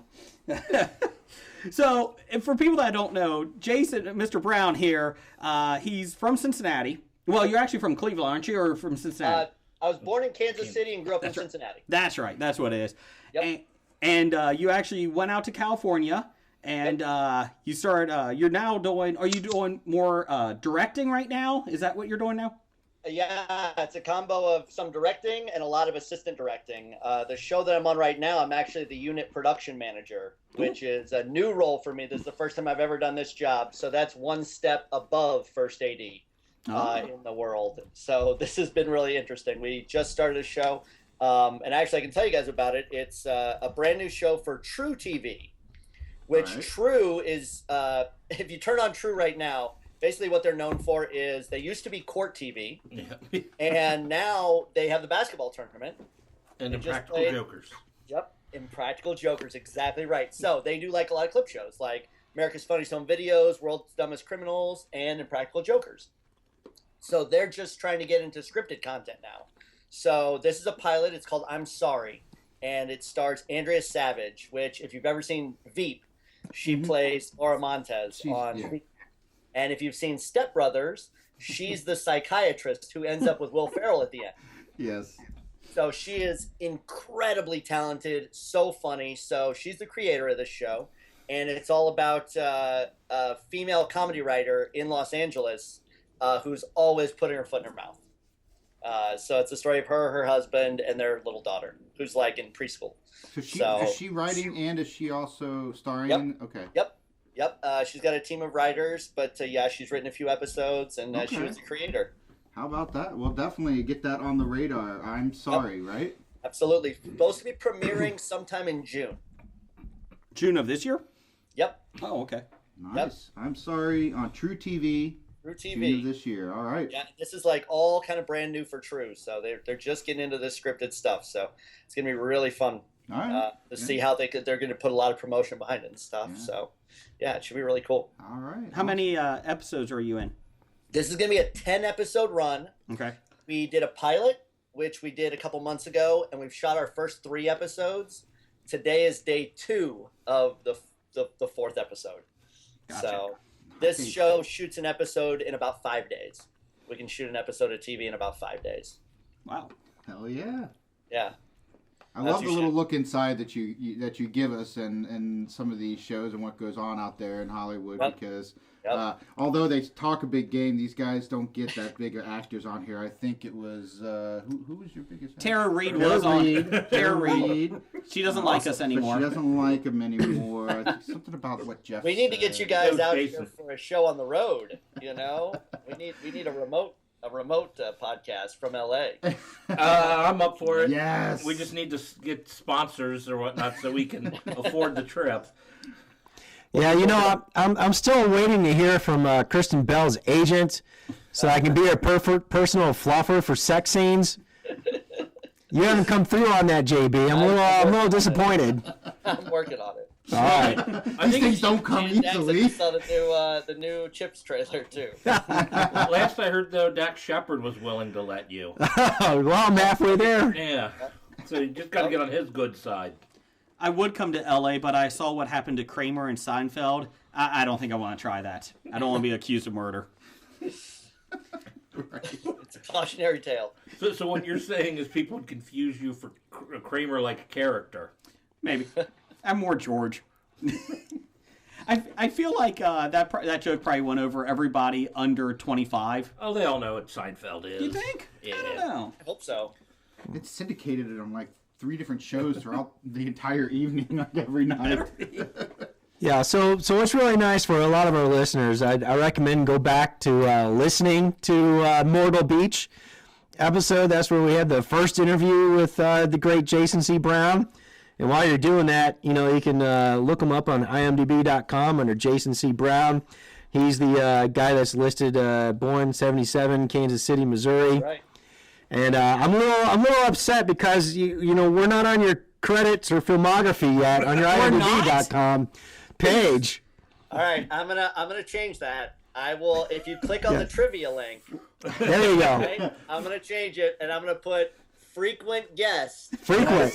Now it's official. Frequent That's guest. right. I'm gonna splice now. Yes. I'm gonna put frequent guest. That's right. And you can put yourself down as self. You know, Jason B. Right, that will be our only credit. Casey Brown self. We don't even have credits. The good news is, though, if you Google Jason Brown and the history of bad ideas, it's the first thing that comes up. There you go. Hell There yeah. you go. Thanks, Google. We're famous. We're now Google famous. That's right. Now, your IMDb page photo, I would like to know, did somebody that knows you put that in? Nope, Because it's that kind of was like me. an action photo. You're sitting there, you got your hipster beard, you're without your hat, Yep. and it looks like you're like doing some hand motion stuff. Have you seen this? That's the classic. That's the classic director pose right there. Yes, it is. Yeah. That was taken on the first day of the Imaginary Friends shoot. Right, yeah. And at the last second, I lost my still photographer. There was like a work conflict. She couldn't do it. I put up on Facebook, I was like, hey, anybody want to come take stills at this shoot? You know, help me out. And I got a random message from an old friend who was actually from Cincinnati, who happened to be in Palm Springs. And he's like, hey, I'll come out and shoot. And it was the greatest thing ever. He was amazing. He shot Damn. 1,000 photos over the course, like all the photos you see on IMDb for the shoot. All this guy who last second, his name's John Lawson. Last second he came out and took all these amazing stills. Excellent. Yeah. Excellent. Yeah, it's like an action photo. It's pretty cool. That's the action photo for the, sure. The director action photo. Did you not want to use your glamour shots? I did not want to use my glamour shots. That one's got like the little like fog filter on it too. It's not pretty. The Sybil Shepherd look. Yeah. Oh, and the hand on the chin. Oh, the whole 9 yards. Yeah, but did you get the one with the snake? Oh, No, that was extra. You know what is what is missing is that megaphone that says director on the side. That was we actually made that joke on set the other day because Andrea, who is the star, is directing this week. Right. So we were talking about how and the megaphone with the name director was brought up just 2 days ago. So I literally just made that same move. Awesome. I do like how it's been 45 episodes since you've been on, and your trivia still says you like pinball, so I'm glad you haven't changed that. Pinball. That is true. That was a test, and Bednar can attest, when my first IMDb credit ever was for a movie I did in Cincinnati called The Movement, about a bus full of, like, a guy who hijacks a bus. Right. And I got my first credit, so I was telling people, I was like, oh my God, I'm IMDb, I'm official. And fraternity brother of ours, Dan Gehrman, he said, I'm going to put some trivia about you just to see if they put anything on there, just as a test, to see if IMDb would let anybody put something about anybody on there. And he put, likes to play pinball. And it's always been on there. And it's true, I do. I love to play pinball. But Dan Gehrman put that on there on my first credit, which was that's why it's got to stay there now. Years ago. Have you made enough Hollywood bigwig money yet to get the Twilight Zone pinball game? Oh, that is the best game, too. You know, I often have those moments where it's like, guys, I know I've made it when, and a pinball machine is definitely on there. I'm not there yet. Oh, okay. But it'll happen. That's the moment, It'll definitely happen. I think I might be able to find one on Craigslist. I could ship it out to you if it's going to help you that much. I mean, if MC Hammer taught me anything, is just go ahead and buy it now and bet on your future. Right. Yeah. I'm banking on myself. And then become a preacher. That's right. Yeah, when you declare bankruptcy. That's right. After you declare bankruptcy, then you find God, and then you can make all your money back as a preacher because it's tax-free.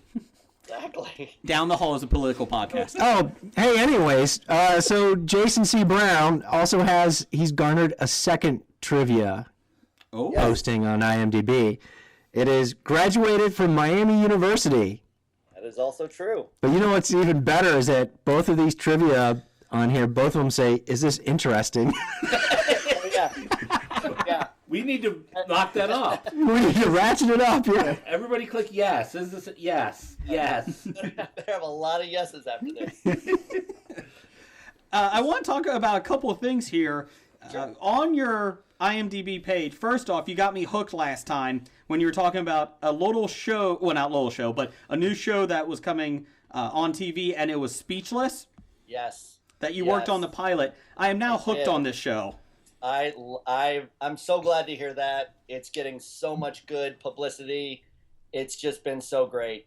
I still know a lot of the crew members on that one, and they've just said the experience. They just wrapped their season actually last week, but everything is so positive and great about that show. And so fingers crossed for season 2. It's looking really good. I thought they got picked up. I thought it just came out. Oh, good. That's great to hear. Of course, it was one of those shows that even my wife likes, which is a shock. Even my wife likes it. I'm not sure how to take that. Everybody I've talked to has been such a big fan and such positive comments about that show. And also on here it says that you worked on the Mindy Project.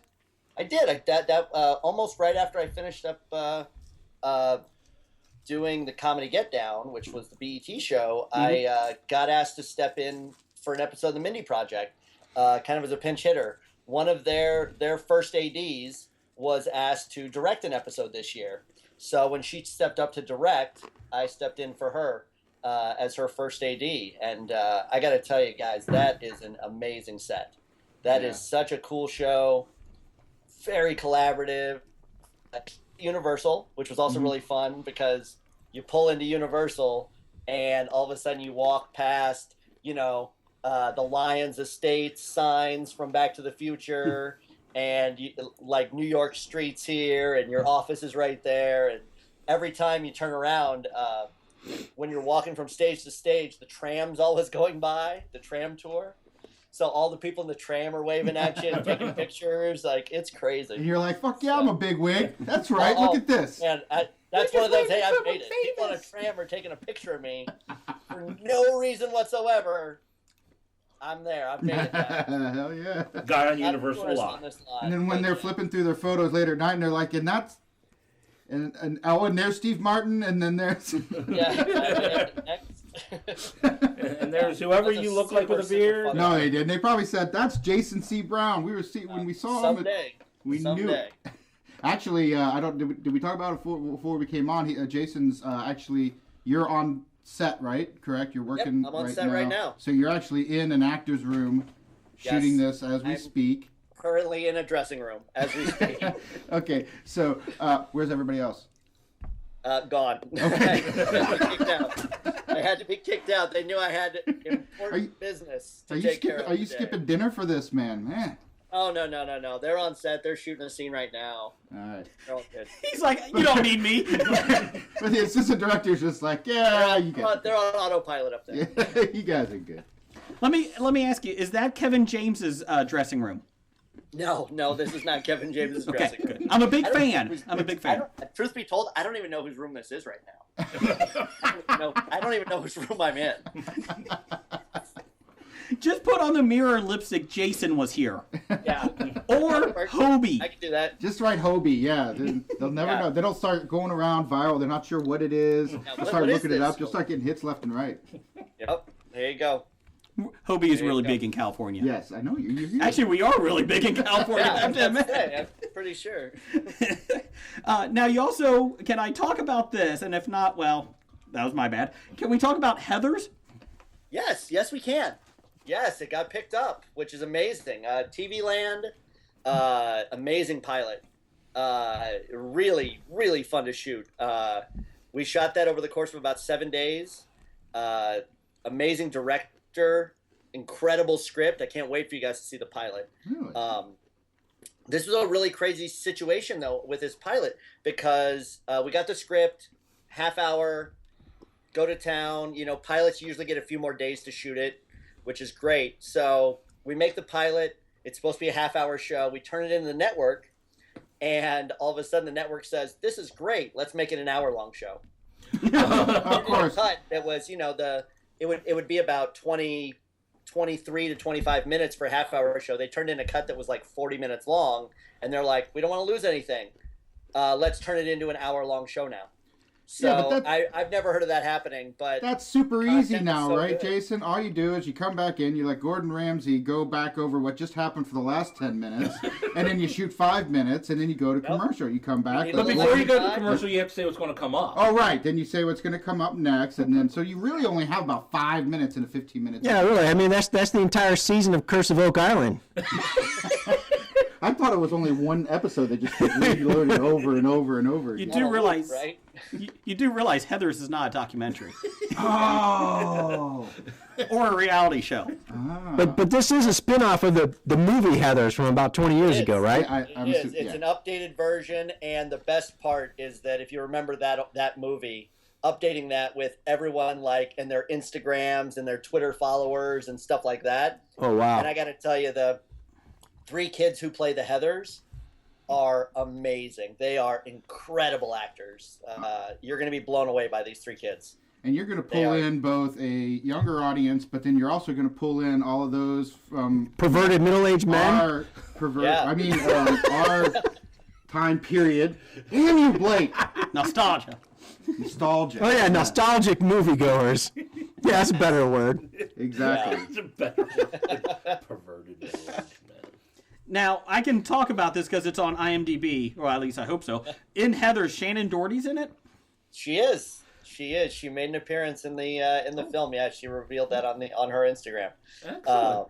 So yeah, she does make an appearance. She does a cameo in the pilot, and it was amazing working with her. She was absolutely wonderful. So I'm assuming she's getting better then? I know she had the whole health problems. She did, and even going in, we weren't sure. We were never sure that was 100% that we would have her knowing what she's going through. But we were lucky enough. Everyone was lucky enough to be able to work with her for a day.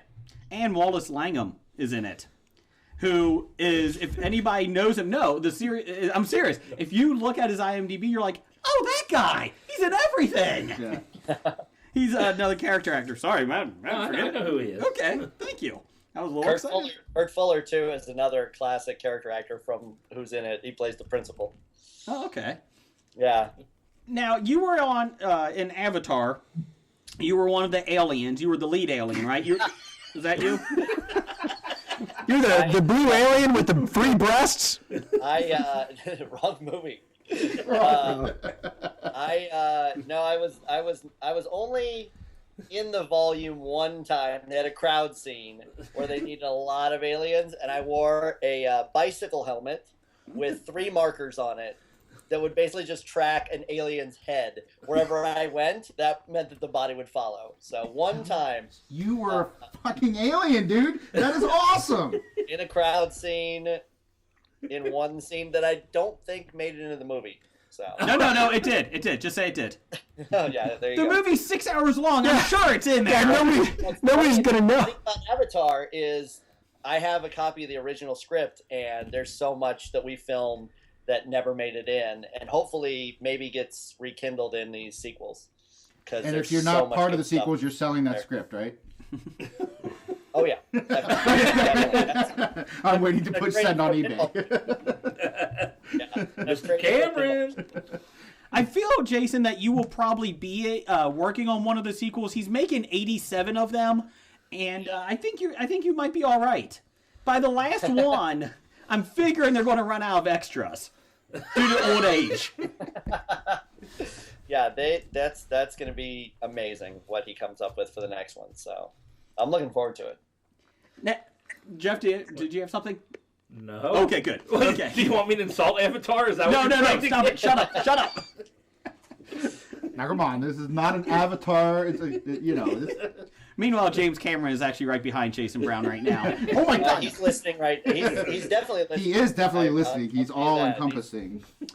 Let me ask you this: could you get Tara Reid to come on our show if you ever meet her?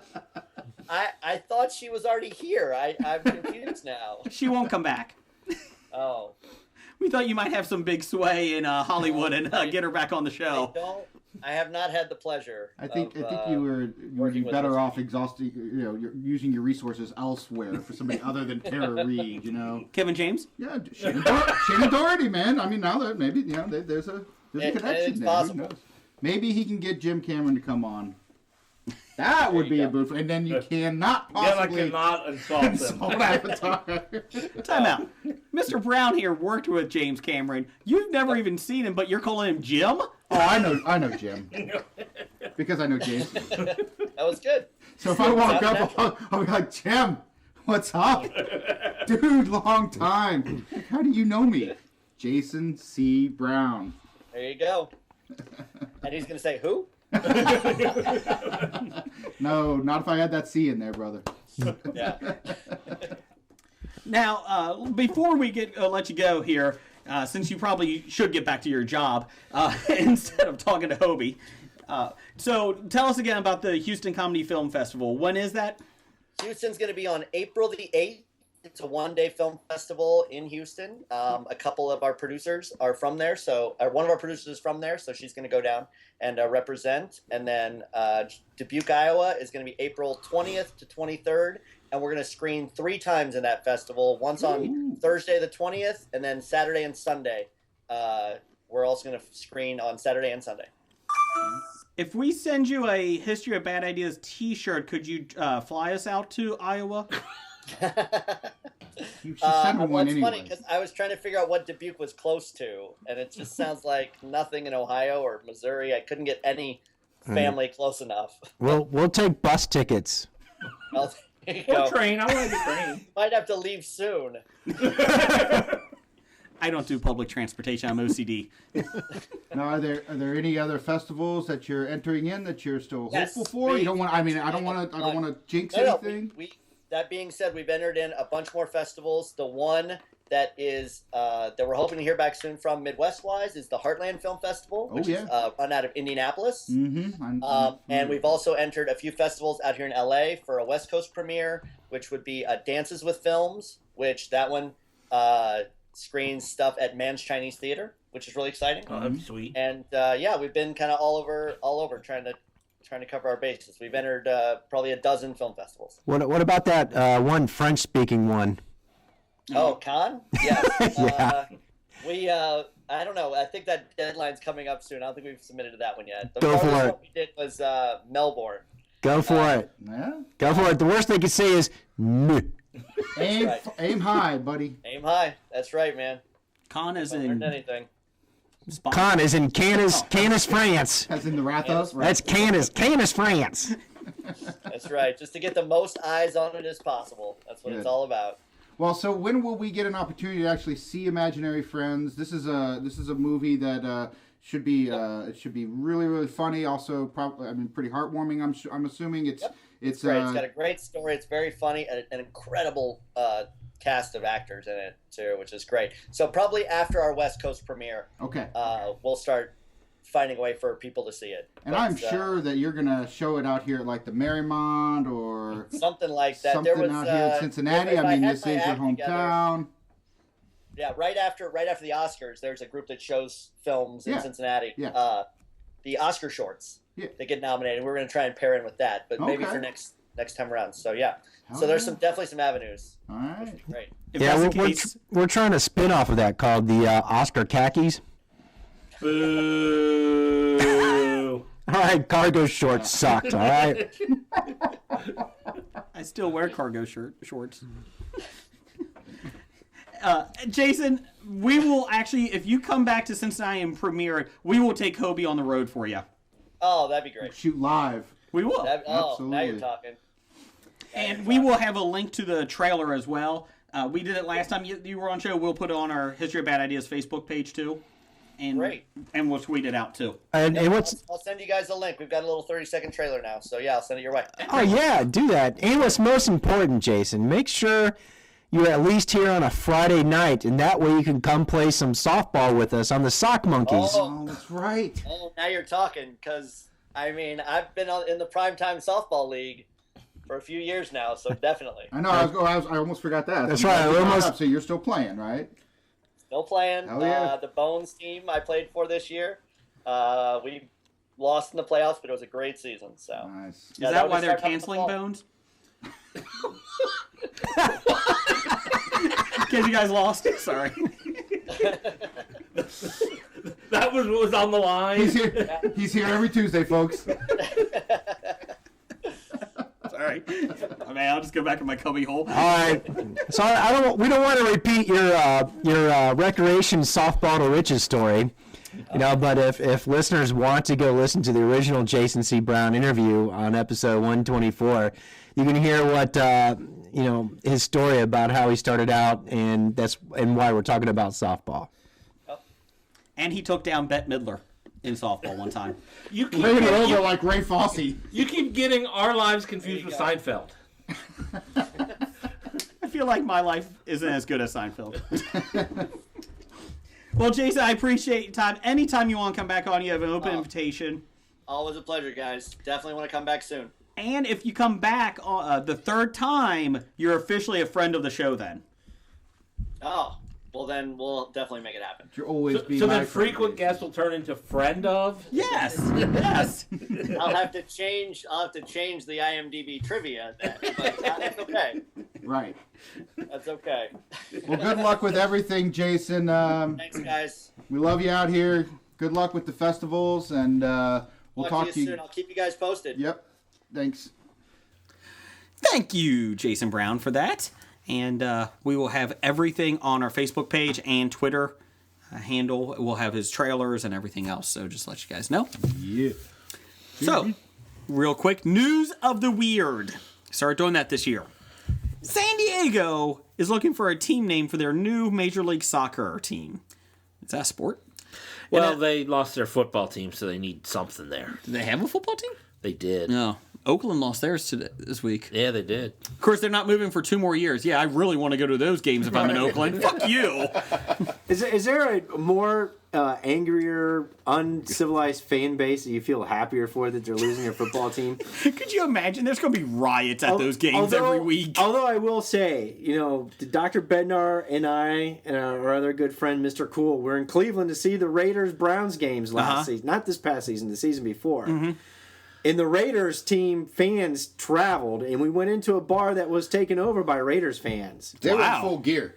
Wow. The night before in the bar. Yeah, if you would imagine what a busload of Raiders fans would look like, that's exactly what they look like. I kind of feel like they're always like Kiss. Like the people that obsess about Kiss. Yeah, they're pretty very much. similar to that. Yeah. Like you can actually have a conversation with Gene Simmons if you wanted to in full. I'm going to imagine what Raiders fans look like. Bunch of They're wearing tie-dye, and they've got Tassels. headbands, Tassels. with peace signs Oh, on you're them. thinking of the 49ers. Oh, I knew they were by the It's just on bay. the other side of the bay. Oh, okay. The rich- Oh, so they've got masks and sticks. yes, And, they beat people wearing "Make America Great" hats. Are they? You talking about hockey players? No, I'm sorry, that's Antifa. Okay, Antifa. down the hall. Oh my god. To quote, No, but seriously. But honestly, when the three of us walked in, we were kind of hesitant at first, but they actually turned out to be really Oh good yeah, people. yeah. I feel like I should have a quote from the movie Major League. Cleveland still has a team? You got a dirty look shot at Still you. shitty. We got caps and jerseys and everything. Oh yeah. We got helmets. Let's see. So anyway, San Diego is getting a Major League Soccer team, and they asked for the fans to vote, which, as we've heard before, is always the best way to do Best it. way. Yeah, Hobie definitely. McBoatface, anything like that. So a few names were strike fear into Major League Soccer opponents, quite like the fan favorite that's winning, Footy McFootyface. I think this is the greatest thing ever. As noted by Deadspin's Billy Hazley, Soccer City SD, sexual transmitted disease, began with 1,000 I don't think submissions that's what that stands for. and whittled them down to 20. The final 10 names will be submitted to Major League Soccer. MLS does have the final say, so Footy McFootface probably is not going to win. But it would be awesome if they did. Yes. I think Could they at whoever least had make the the mascot Footy McFootface? Just a giant foot Right. with a smile on it. Like this guy. You know. Well, that's the one thing that I never liked about soccer is they One thing? tend not to name their teams. I know, I can't stand it. Like, It's going to end up becoming FC San Diego. yeah, that's I like, hate that. I know here Hate it. locally we got a minor league soccer team like last year, and they were just FC Cincinnati. I'm like, I'm cheering for them and all, but I root for anything that will help the city. Yeah. Good exposure. I root for it. Exactly. But yeah, it's like, give me a nickname. give Come us a on. name. Come on. This is America. We nickname our teams. Arsenal. Rawr. Well, But yeah, we actually put our team names on the front of the jerseys. We don't put like the airlines.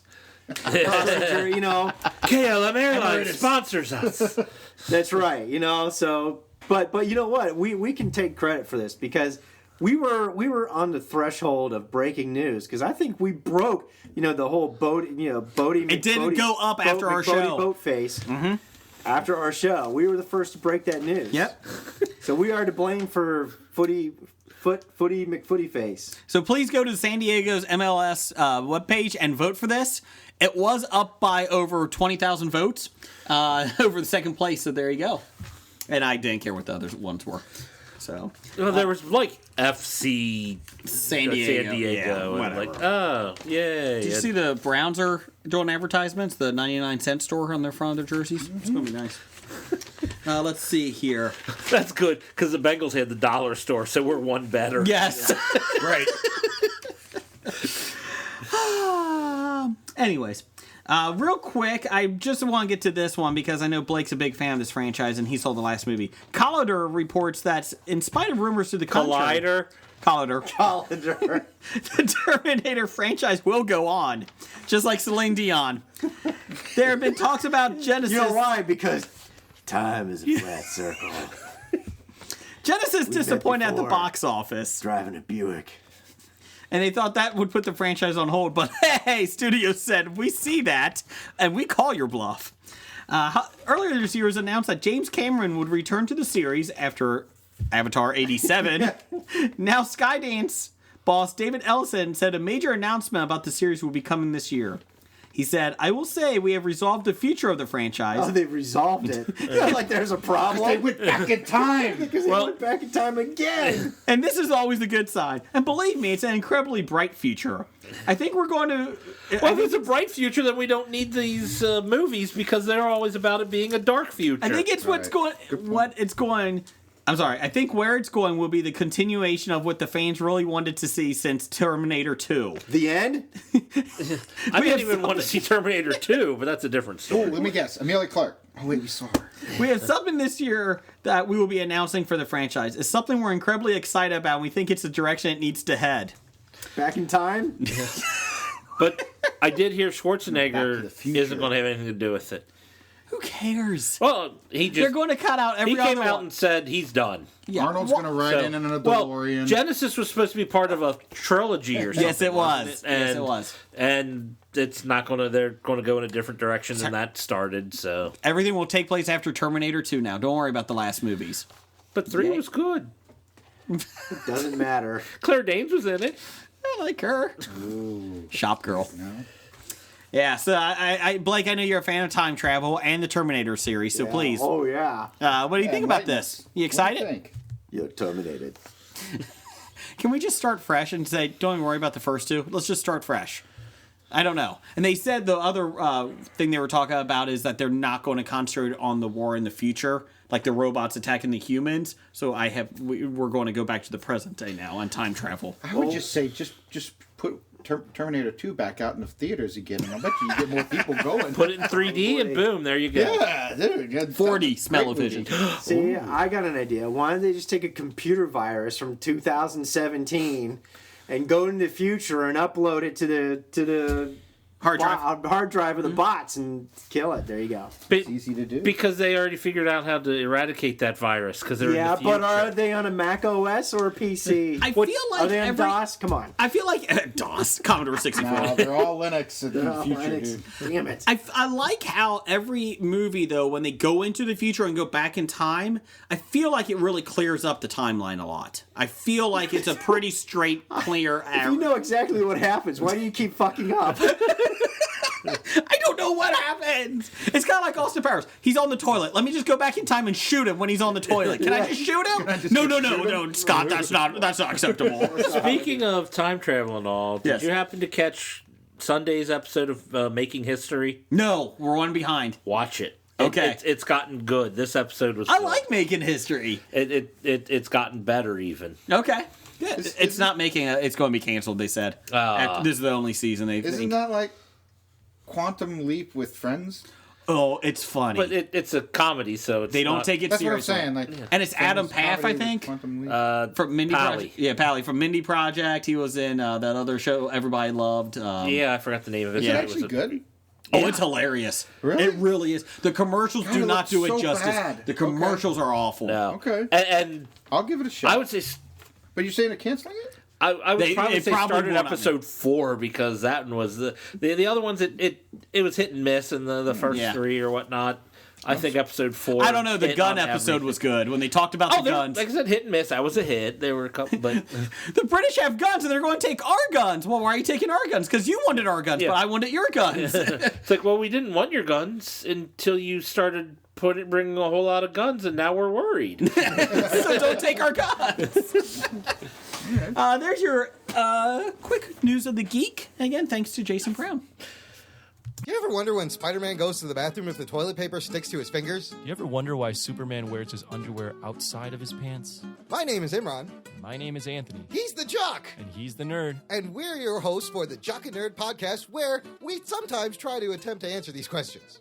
This is a full spoiler podcast, and we swear a lot. Check it out for awesome geek news, interviews, and comic book reviews. Visit jockandnerd.com. We are your superhero TV, movies, and comic book culture curators. Boom. Jockandnerd.com. Jock and Nerd. Hey, HOBI listeners. Wait on September 22nd through the 24th. If anything, if you're in Cincinnati, you should probably come to the Cincinnati Comic Expo at the Duke Energy Center. It's a fun-filled weekend with lots and lots of fellow geeks and nerds. Here's some of the stars coming. Julian Glover from Indiana Jones and the Last Crusade, from Game of Thrones. He plays the Heatmeister, I think. We also have Greg Capullo, the artist from Batman. We got John Ratzenberger, Cliff Clavin himself, and in every other Pixar films. I wish I should probably lead with that instead of the Cliff Clavin, because no one has seen that in years. We also have Adam Hughes, who was on Wonder Woman. And we got Carrie Yules from The Princess Bride, Robin Hood, Men in Tights, and many other films. So, if you're in the Cincinnati area, September 22nd through the 24th, 2017, go to the CincinnatiComicExpo.com, get your tickets, and we will see you at the expo.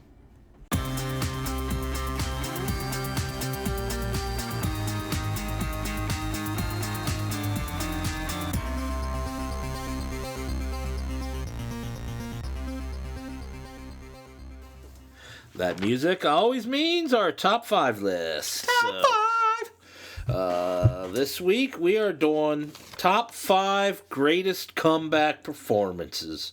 Whether it be coming back, actors or musicians. Performances?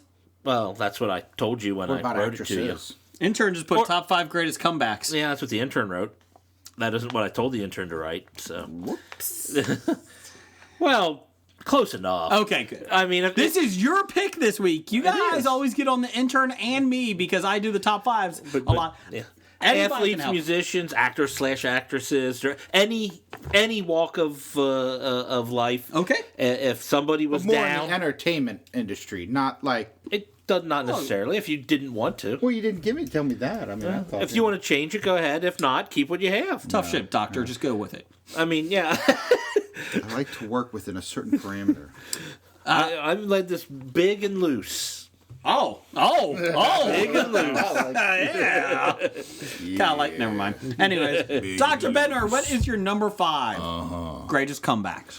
Let's see. I'm sure I did a tie here. It's a good one. Yeah, good podcast. Yeah. there we Okay. go. Acting. Yeah, I've got a tie here. Okay. You HOBI'd it. Yeah, I hope he did. In the late 90s, this guy redefined himself as a dramatic actor, won multiple Oscars. Anyone know? Dax Shepard? No, Tom Hanks. Oh. He had put in several bad, Joe The versus the Burbs, Volcano. Joe versus the Volcano. Time out. Do not mock the Burbs on this show. The Burbs, yeah. Red Rover, send Ray over. Yeah. Good. No, the Burbs sucked. The Burbs was amazing. He had several flops in a row. Then Philadelphia came out. The He Man with One redefined Red himself. Shoe. That's a pretty good comeback in Hollywood, right? I mean, when you start off as bosom buddies, I mean, it's kind of hard to Don't rip on bosom buddies. Oh, you won't rip on that, but you'll rip on the Burbs? Oh, no. Or Bachelor Party. I mean, come on. Bachelor Party's fantastic. When you started at Apex like those two, on. I mean, come on. All right. So my other tie was actually Jessica Lange in American Horror Story. I thought she kind of redefined herself, and now she's in the FXX, the Duel. Oh yeah, about the which I've been recording. I haven't watched yet, but I'm sure it's pretty good. But Joan Woodward and Jessica Lange is fantastic. I think she's a fantastic actress. Joan and Betty. Yeah, Joan and Betty. Yep. Oh, those are my 2, and that's the acting side. Blake, what's your number 5? My number 5. I start out with number 5. This was given to me. That's a good start to do. Given to me from the female perspective. Your female wife? perspective said I have to include Barcelona versus Paris Saint-Germain. Oh my God, that duel is amazing. Their comeback. Oh my God, I loved it. That's right. Oh my God, they were down 1-0. How do you come back from 1-0? Oh my God. They're down 4-1. I don't think you know what you're talking Yeah, about. he has no idea what his mom talking But they were down 1-0. How do you come back from I don't 1-0? know, dude. Hey, you know how hard it is to get one goal in Oh, soccer? I know. They were down 1-0. Try getting All right, 3. Try getting 6. 4. Oh. All right. So, anyways, Is that new math? They were down 4-1. How you know, did they get 6? you know what's nice about soccer Nothing. or European football?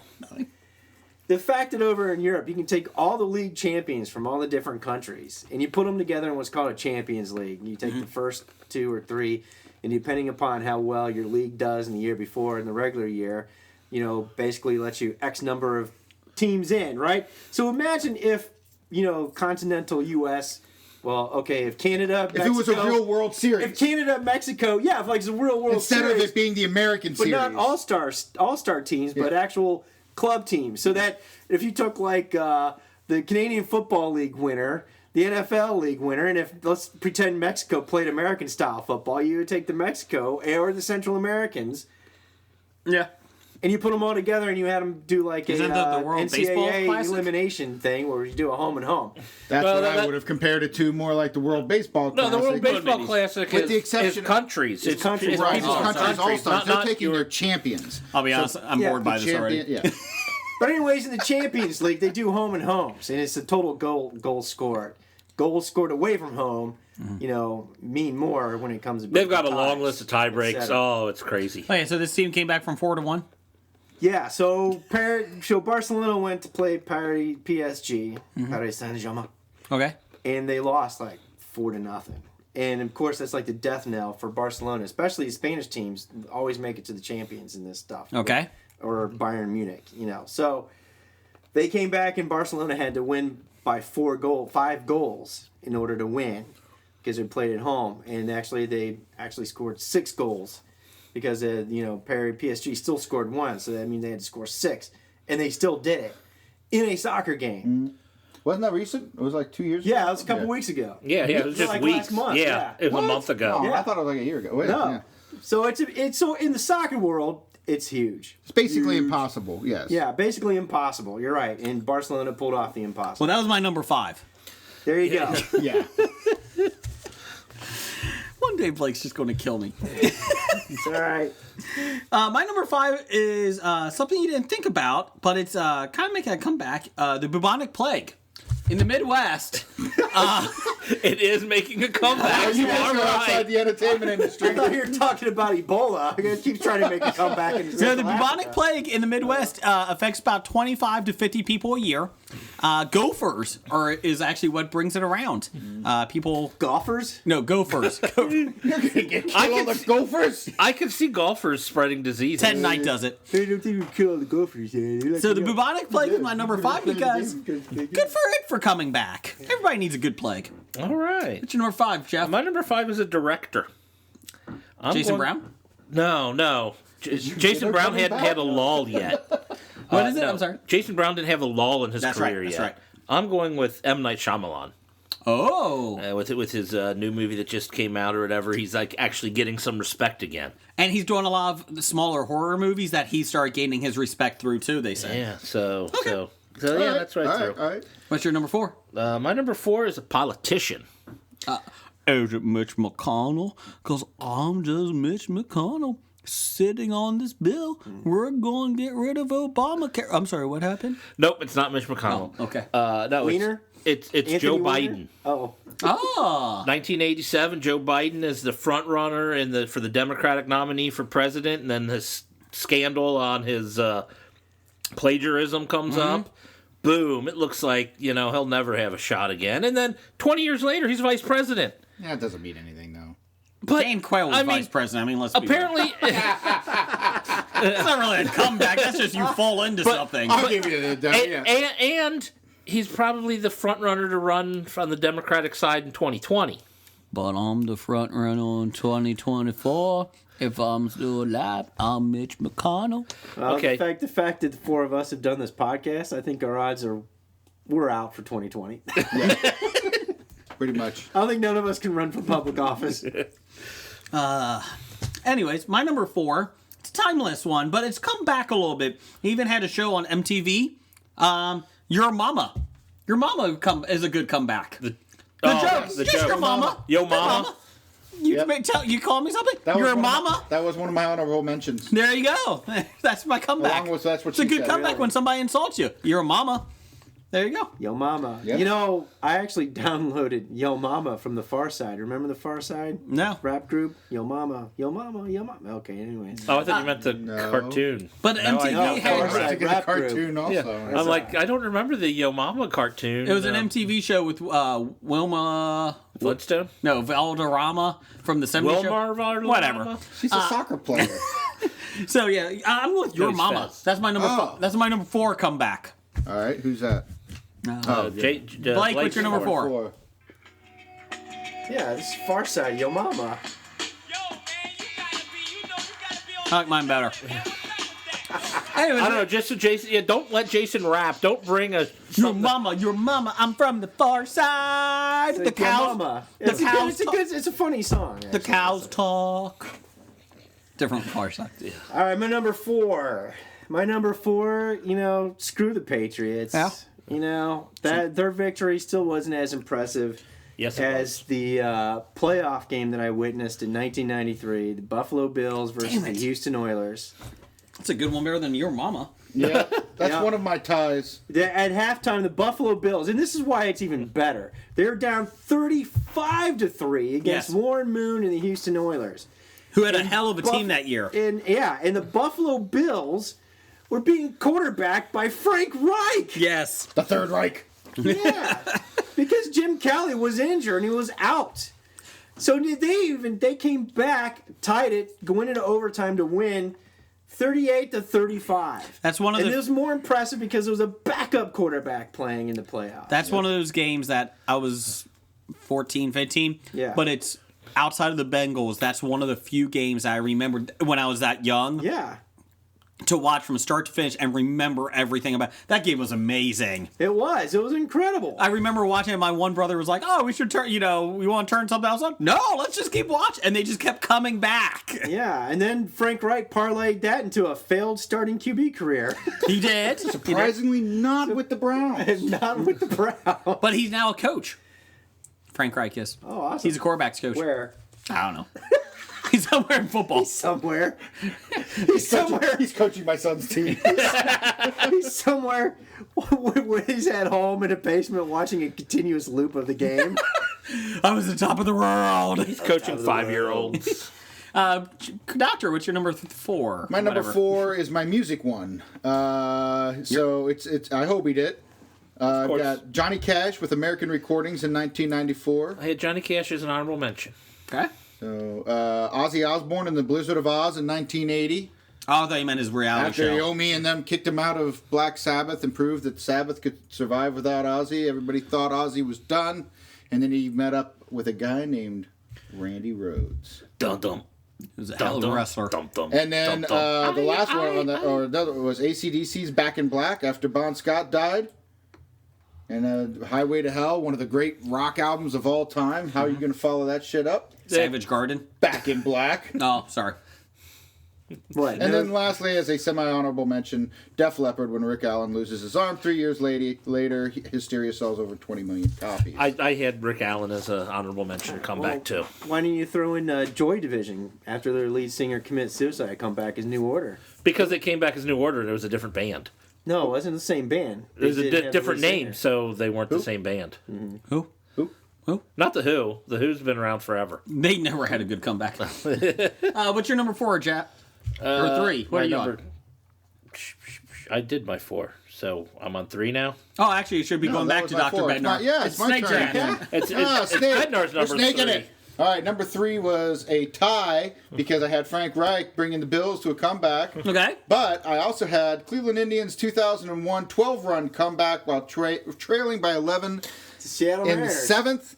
They were trailing by 12 runs in the 7th inning. They came back, scored 12 runs between the 7th inning and the 9th, and then won it. In the bottom of the 10th, Kenny Lofton scored the game-winning run, and it is still to this day the biggest comeback in Major League Baseball history after 5 innings. Okay. There you go, man. But this wasn't a playoff game or anything, was it? No, it was just in the height of the Cleveland's. It's still the greatest comeback, one of the greatest comebacks in sports history. That gets you a participation trophy. It's only number 3. Wait, it's 2 and 1. Do they get a participation it's like trophy? scoring 6 goals in soccer. Come on. Oh my God, that was so amazing! I loved it. I stayed home from work to watch it. Just remember, just because the Sock Monkeys give up 12 regularly in half an inning. Oh, we do. We usually come to mean bat. That this is normal. We usually start batting 12 innings. Baseball. 12 runs. We don't do our best until we get 12 down. Blake, what's your number 3?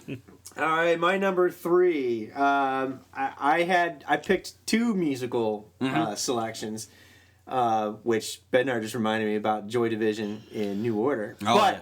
to go along with his bands, because most of his bands he picked annoy me.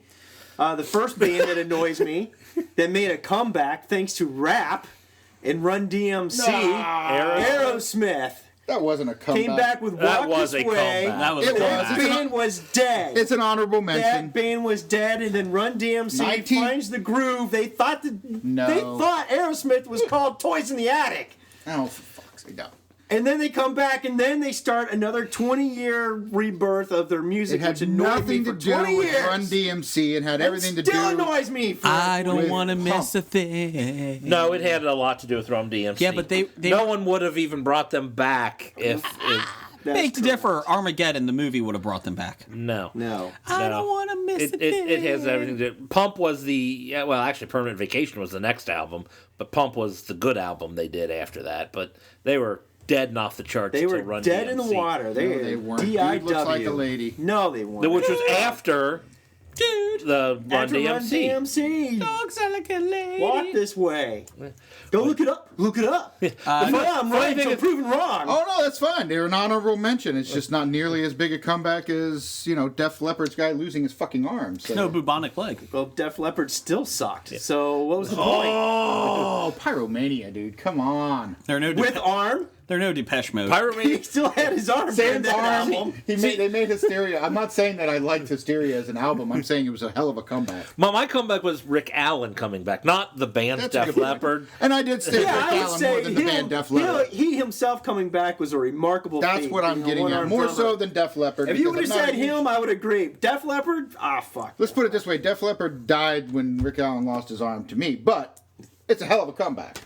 What's your tie for 3? The one that I did like, when he paired up with Rick Rubin in the American recordings, Johnny Cash. Oh, okay. When he came back to record Johnny Cash, some of his old songs, and then covering some Beast in Me. modern songs. Most famously when Johnny covered 9 Inch Nails' "Hurt." 15 years later. Yeah. Okay. My number 3 is they thought this guy was dead and buried in his acting career. Robert Downey Jr. God damn it, that's my second. Fuck yeah, put it on the board, But bitches. he's tied. It's all right. I hope he's number 2. I tied number 3 too. It's Buffalo Bills come back because I forgot about that. No, Robert Downey Jr. You never thought he would be done. You thought he would be done. Yeah, Either drugs would get him, alcohol. Well, it did. Well, it did, but you Drug- never thought he drug would come did back. get him. You're right. Chaplin bombed at the box office. I mean, I thought after, Back to School, his career was done. Wait, are you saying that because Chaplin bombed at the box office, it was not... I mean, that was his best work. No, Seriously? that was good, He's but fantastic in Chaplin. good, but the movie's boring. It's a... He didn't even talk in it. It was all a silent film. Yeah, there was no talking in that movie. It sucked. I love you, man. You're the one who loves them. I was trying to figure out who it was. Jeff, what's your number 3? I'm in an Oh, we're episode back of to me. Legion No, as we but speak. seriously, since Chaplin in '92, there was a span of like, what, Yeah. is it, 10, 15 Oh, years? yeah. After Chaplin, it was a... Yes. It was a pretty. that. He did Abysmal. Threesome. Remember that one? Yeah. Oh God. Yeah. Oh, what about Less Than Zero? Oh God. Great book, bad movie. My number 3 is my musician on my list. Oh, and okay. I picked Roy Orbison. Oh God, yeah, that's a you're good right. one. Pretty woman. He was, had a huge Walking career in down the the 60s street. and pretty much disappeared. And then Simon the late Wilburys. 80s, Killed the Wilburys. got the Wilburys and got like unfortunately turned out to be a posthumous last album Yeah. because he passed away right as his comeback was getting big. But Roy Orbison was my number 3. What's your number 2? I like it. My number 2 Bubonic is plague. an actor, my actor pick. This was the Ebola. I picked Syphilis. Neil Patrick Harris. I thought about him. Because after Doogie Howser. Yeah, he was big on Doogie Howser, and and then no one thought they were going to see him again. And then when he popped up in Harold and Kumar, playing a version of himself, bam, hilarious. Went on a run. Now You can't stop him. Yeah. Can't go anywhere without seeing Can't Neil Patrick Harris. Can't stop him. Can't stop the music. So Neil Patrick Harris is my number 2. My number call. 2 is the true athlete, the wrestler Shawn Michaels. After his... Shut up. After WrestleMania 14, they thought his career was dead. Didn't you mean acting career? Who? It's real. Shut the fuck up. WrestleMania is this weekend. I'll be damned if you fucking ruin Just it. so you know. Shut up. You know that's Game of Thrones fake, is fake right? too. You Shut know up. that's fake, right? Shut up. Anyway, Game of Thrones is fantasy. no, it's fake. So is wrestling. Yeah. Yeah, but I have a question. You keep saying that like it matters, though, Blake. Right. You know, it's fake. He only Yeah. does it because I talk about That's right. ab fab. So don't talk about them as being athletes They are or athletes. sports. They are athletes. It's fake. So is the NBA. You're telling me that's not fixed? NFL? Yeah, the That's NFL's fixed. Yeah. So, I'll yeah. say, Anyways, they're not WrestleMania athletes. is this They're not weekend. athletes. They're performers. Thank you. I told my wife this weekend on Sunday. I even put it on her calendar. Shut up. I put it on the calendar. Do not bother me this Sunday. Or you can bother me, but I'm staying home. Do not plan anything. I'm going to put a duck or not live chicken in the smoker. Your Electric smoker. Live chicken. He wants to sacrifice a live chicken, folks. For the Just so Maybe we Roman should have Reigns gotten them a live chicken. Maybe we should have got the live chicken. in your electric smoker. I feel like my wife. Microwave it. I feel like my wife is just going to bring me KFC. Yeah. Anyways, and I said, my Get some son and Georgia I. Gold. There's 3-hour pre-show, and then 4.5 hours of WrestleMania. So we're all invited to come over, right? 2.5 hour pre-show. 3. 3 hour Yes. pre-show. Yes. It's shorter than the Super Bowl. My son and I are sitting down and watching it. It's going to be the greatest thing ever. So there you go. Anyway, Shawn Michaels, he injured himself in the casket match in January in the Royal Rumble. Yes. Not helping here, guys. Not helping. That's your fault for mentioning a casket match. He actually, his back landed on it, like the bottom part of it landed on the corner of it. Hey, when they test for PEDs, are they testing to make sure that you are taking PEDs? And it came back clean and he's out. You come back He's been clean, they suspended. boot you? He's been suspended for a year. They make fun of your fucking drummer that lost a foot or something, okay? So shut up. Anyways. He never could have drummed if he lost his foot. Oh, the pedal. Okay. Hey, we didn't find any HGH in your nothing. blood sample. He was out for You're taking a pay many cut. years. They thought his career was over after WrestleMania 14. He came back and was better than ever and lasted another 4 or 5 years. So Shawn Michaels is my number 2. You can all fuck yourself. And proof that PEDs work, kids. And fuck you all. Blake, what's your number 2? From the Lyle Alzado School of Steroids.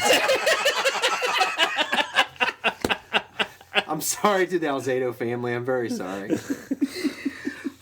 Allegedly. All right, so number 2, I have a tie. I hobied it. So, of course, one was, of course, Robert Downey Jr. Fake. With his resurrection. Yeah, they're movies. With the resurrection of, Sherlock and Iron Man. It's awesome. One of them isn't bad. Or, what was it called? Naked Thunder? What the hell was it? Naked Lunch? Tropic Thunder. Tropic Thunder. Yeah, Tropic Thunder. Naked Lunch? I can think of 2 things wrong with that title. What do you mean, you people? What's your other one? Never go full Hobie. Never go full Hobie. Should know better. Never go full Hobie. And then, of course, this guy, his career was dead, got resurrected by Pulp Fiction, John Travolta. John Travolta? And then we were made to suffer again for the next. Do you think he'll 20 have years another after comeback? Pulp Fiction. No, because he keeps making shitty movie and groping women on award shows. But then he'll make one good movie and we'll say, hey, another comeback. I want to touch your face. No. Come here, Akeem Olajuwon. You sing so beautifully. I want to take When you your did face Frozen, off. let me touch your face. I want your soul. So John Travolta won't be on the show. And that's what happens when you're in. And that was just Shaunus Brager. I'm John Travolta. Are you drunk? Isn't that what he did? Like, he announced everybody. He called her Akeem Olajuwon. He didn't, but... And then, of course, I had another child Wow, actor. it's remembered. I had another That was child your number actor 2? who How many? disappeared for a while and then came back in Arrested Development. Jason Bateman. This is a top 5, not a top 20. Well, you already said Robert Downey, and I had ties for. This is my Hobie list. Have you learned yet? Good Lord, man. You're 169 episodes. Yeah, 169 episodes in. You haven't figured out his top 5's top 50? Chris, what's your doctor? What's your number 2? Or 1, whatever. Oh, we're wait, doing. am I done? Yeah, you're done. You know why? Jason Bateman. You know why? Fuck you. Keep Actually, going. you know what? No, fuck you. I am done. I was waiting for, Kirk Cameron or something next. Saving Christmas. Okay. No, he's what's still your- bombing. Yeah, I'm sorry. Let's let him have a comeback before we put him Let's on not. our list. Let's not. Even God doesn't want to come back from him. Well, he did have a comeback. It's called Jesus. Well, my number 2. Nella wafers. My number 2 is the Red Sox coming back from down. What's your one? Screw Boston. What's your number one then? Yeah, but you didn't like that. Screw Boston. Yeah, What do you mean? fuck Boston. Did you enjoy that? I hated the Yankees pretty. Yeah, I hated the Yankees. Yeah, a but lot. who'd they come back and beat before the Yankees? Before the Yankees? Before they beat the Yankees, they beat the Indians. No, the Yankees beat the Indians. No, the Yankees beat the Indians that year. Oh, fuck it. I don't Who doesn't beat the Indians? But they had beaten the Indians a year before. Yeah, I mean, come on. okay. Tribes All right. lost to everybody in the and they've beaten them too. What's your number one? Whatever. We don't like that one. What's your number Yeah, one? I mean, come on, that was a fantastic. Yeah, but we all hate the Red Sox. Yeah. So And we all hate the Red Sox now. Down with Boston. what do you mean now? I hated them. So then. my number 1 greatest comeback of all time, no questions asked, undisputed, no doubt about it, along with the greatest performance in the history of sports. We're going to fist bump when he announces Cleveland it. Cavaliers coming Yeah, back baby. from 3-1 in the finals against Golden State, who had set the record for the largest number of wins in the history of the NBA. Fake. At Golden State, take them down, back home, take them down again, and Game 7 came back from 8 points down to win in Golden State. Fake. And LeBron James had the greatest finals He's the king, baby. in the history of LeBron the king. all basketball. You know, the NBA did that on purpose. It was all fake because they needed to get King James a I have championship. one in argument Cleveland. against that, Nope. Jason. Cleveland. Cleveland. Blake, was that your number one? Well, the other my Yes, it argument was. about that was it's If the basketball, NBA so it can't be is the going to greatest fix anything. something against anyone, why would they let Cleveland win? Talking about they fix the draft every year to give them the number 1 pick. I mean, come Wow, on. with the number one pick for the 7th straight year. Oh, Cleveland! That's a shocker. Maybe they'll get it right this time. No, because you're going to give it to the Lakers so they can get that ball, kid. Blake's number one was the same thing. So glad you joined. Actually, I had a tie. Oh, Jesus. What's your other one? Shawn Michaels? Muhammad Ali, baby. Muhammad Ali. World boxing champion. All Went right, to yeah. jail because he Yep. just refused to draft. Yep. Etc. Comes back and regains his title after out of boxing for several years after being in jail. Yeah, you know what he did in jail? Trained. No, nothing. Great. Trained every day. Still, that's not boxing, man. Okay. My number one, I don't know how this is not your number one. This is the greatest comeback of all time. They gave him a 1 in 100 chance of recovery. They invented a fucking procedure. Tommy John. I thought about that. He's my number one. As soon as you put that out there, that fucker, they didn't think he was ever going to pitch again. And he didn't invent a procedure. He was The just the doctors first did. person Yeah. that Oh, he invented the was surgery. famously That's why it's used named on. after Here, him. let me do it. I got my hand over here. Hold on. How do you think Lou Gehrig feels? You He know. got a disease, not got a the disease. surgery. They would have healed him, but they just, he's an asshole. They said, fuck you. Oh, that was Ty Cobb. Oh, God. Is it Jacobs? I think Jacobs is the name of the doctor. And now it's official. We are all going to hell. Sorry, that was Ty Cobb. Never mind. I hope I never get a case of Ty Cobb Today, disease. I consider myself the biggest Jason Bigger hater. Tommy John, though, is my number one. Apologize to the Luke Gehrig family. Ty Cobb. You got Gehrig and Cobb confused. Way Tommy- to go. I blame Tommy Lee Jones. What's your number one, Jeff? My number Can you one. bring any redemption to this top five? Well, my number one is an athlete. It's in the boxing world. Muhammad Ali. It is George Foreman.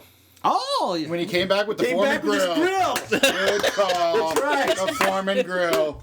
Jeff That's does a like to hell eat. of a comeback. You're right. That Jeff, grill, join and explain it. that grill revolutionized cooking. Hulk Hogan could have had a chance For at like it. 15 years. Well, for me, I mean, I actually can cook now because I own a George Foreman grill. You know, Hulk Hogan was supposed to be the person on that, and he turned it down to do Hulk Hogan's Pasta Mania thing. No.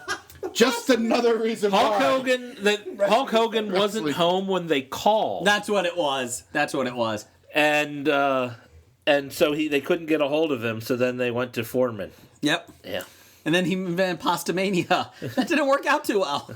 So, And he ends up doing internet porn. George Foreman? Oh, No, Hulk Hogan. That is hot.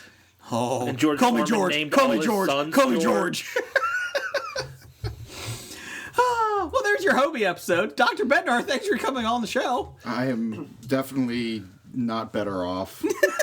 We aren't either. You brought all this Cleveland crap with you. hey, you know what was awesome. Can I say? This is why we like Henno better. You had what, 3 Cleveland things on your list? 3 Cleveland teams? I can't help the fact that the Indians had the greatest comeback in Major League Baseball history, and that the Cavaliers had the greatest comeback in NBA history. That's What correct. am I supposed to do? I'm surprised. You're lucky I didn't put I'm the surprised. 1993 New York Jets Cleveland Browns game. I'm surprised none of you assholes brought up the goddamn drive or the goddamn fumble or the goddamn fucking Red Right 88 bullshit. Yeah, but see, the thing is, the rest of the world doesn't care. Yeah. Okay. You're right. We're the only one. Can I have an honorable mention? The Chicago Cubs winning the World Series down 3-1 against the Indians. Fuck you, Brett. That's what I should have put. That was on my there. number 1. Yeah.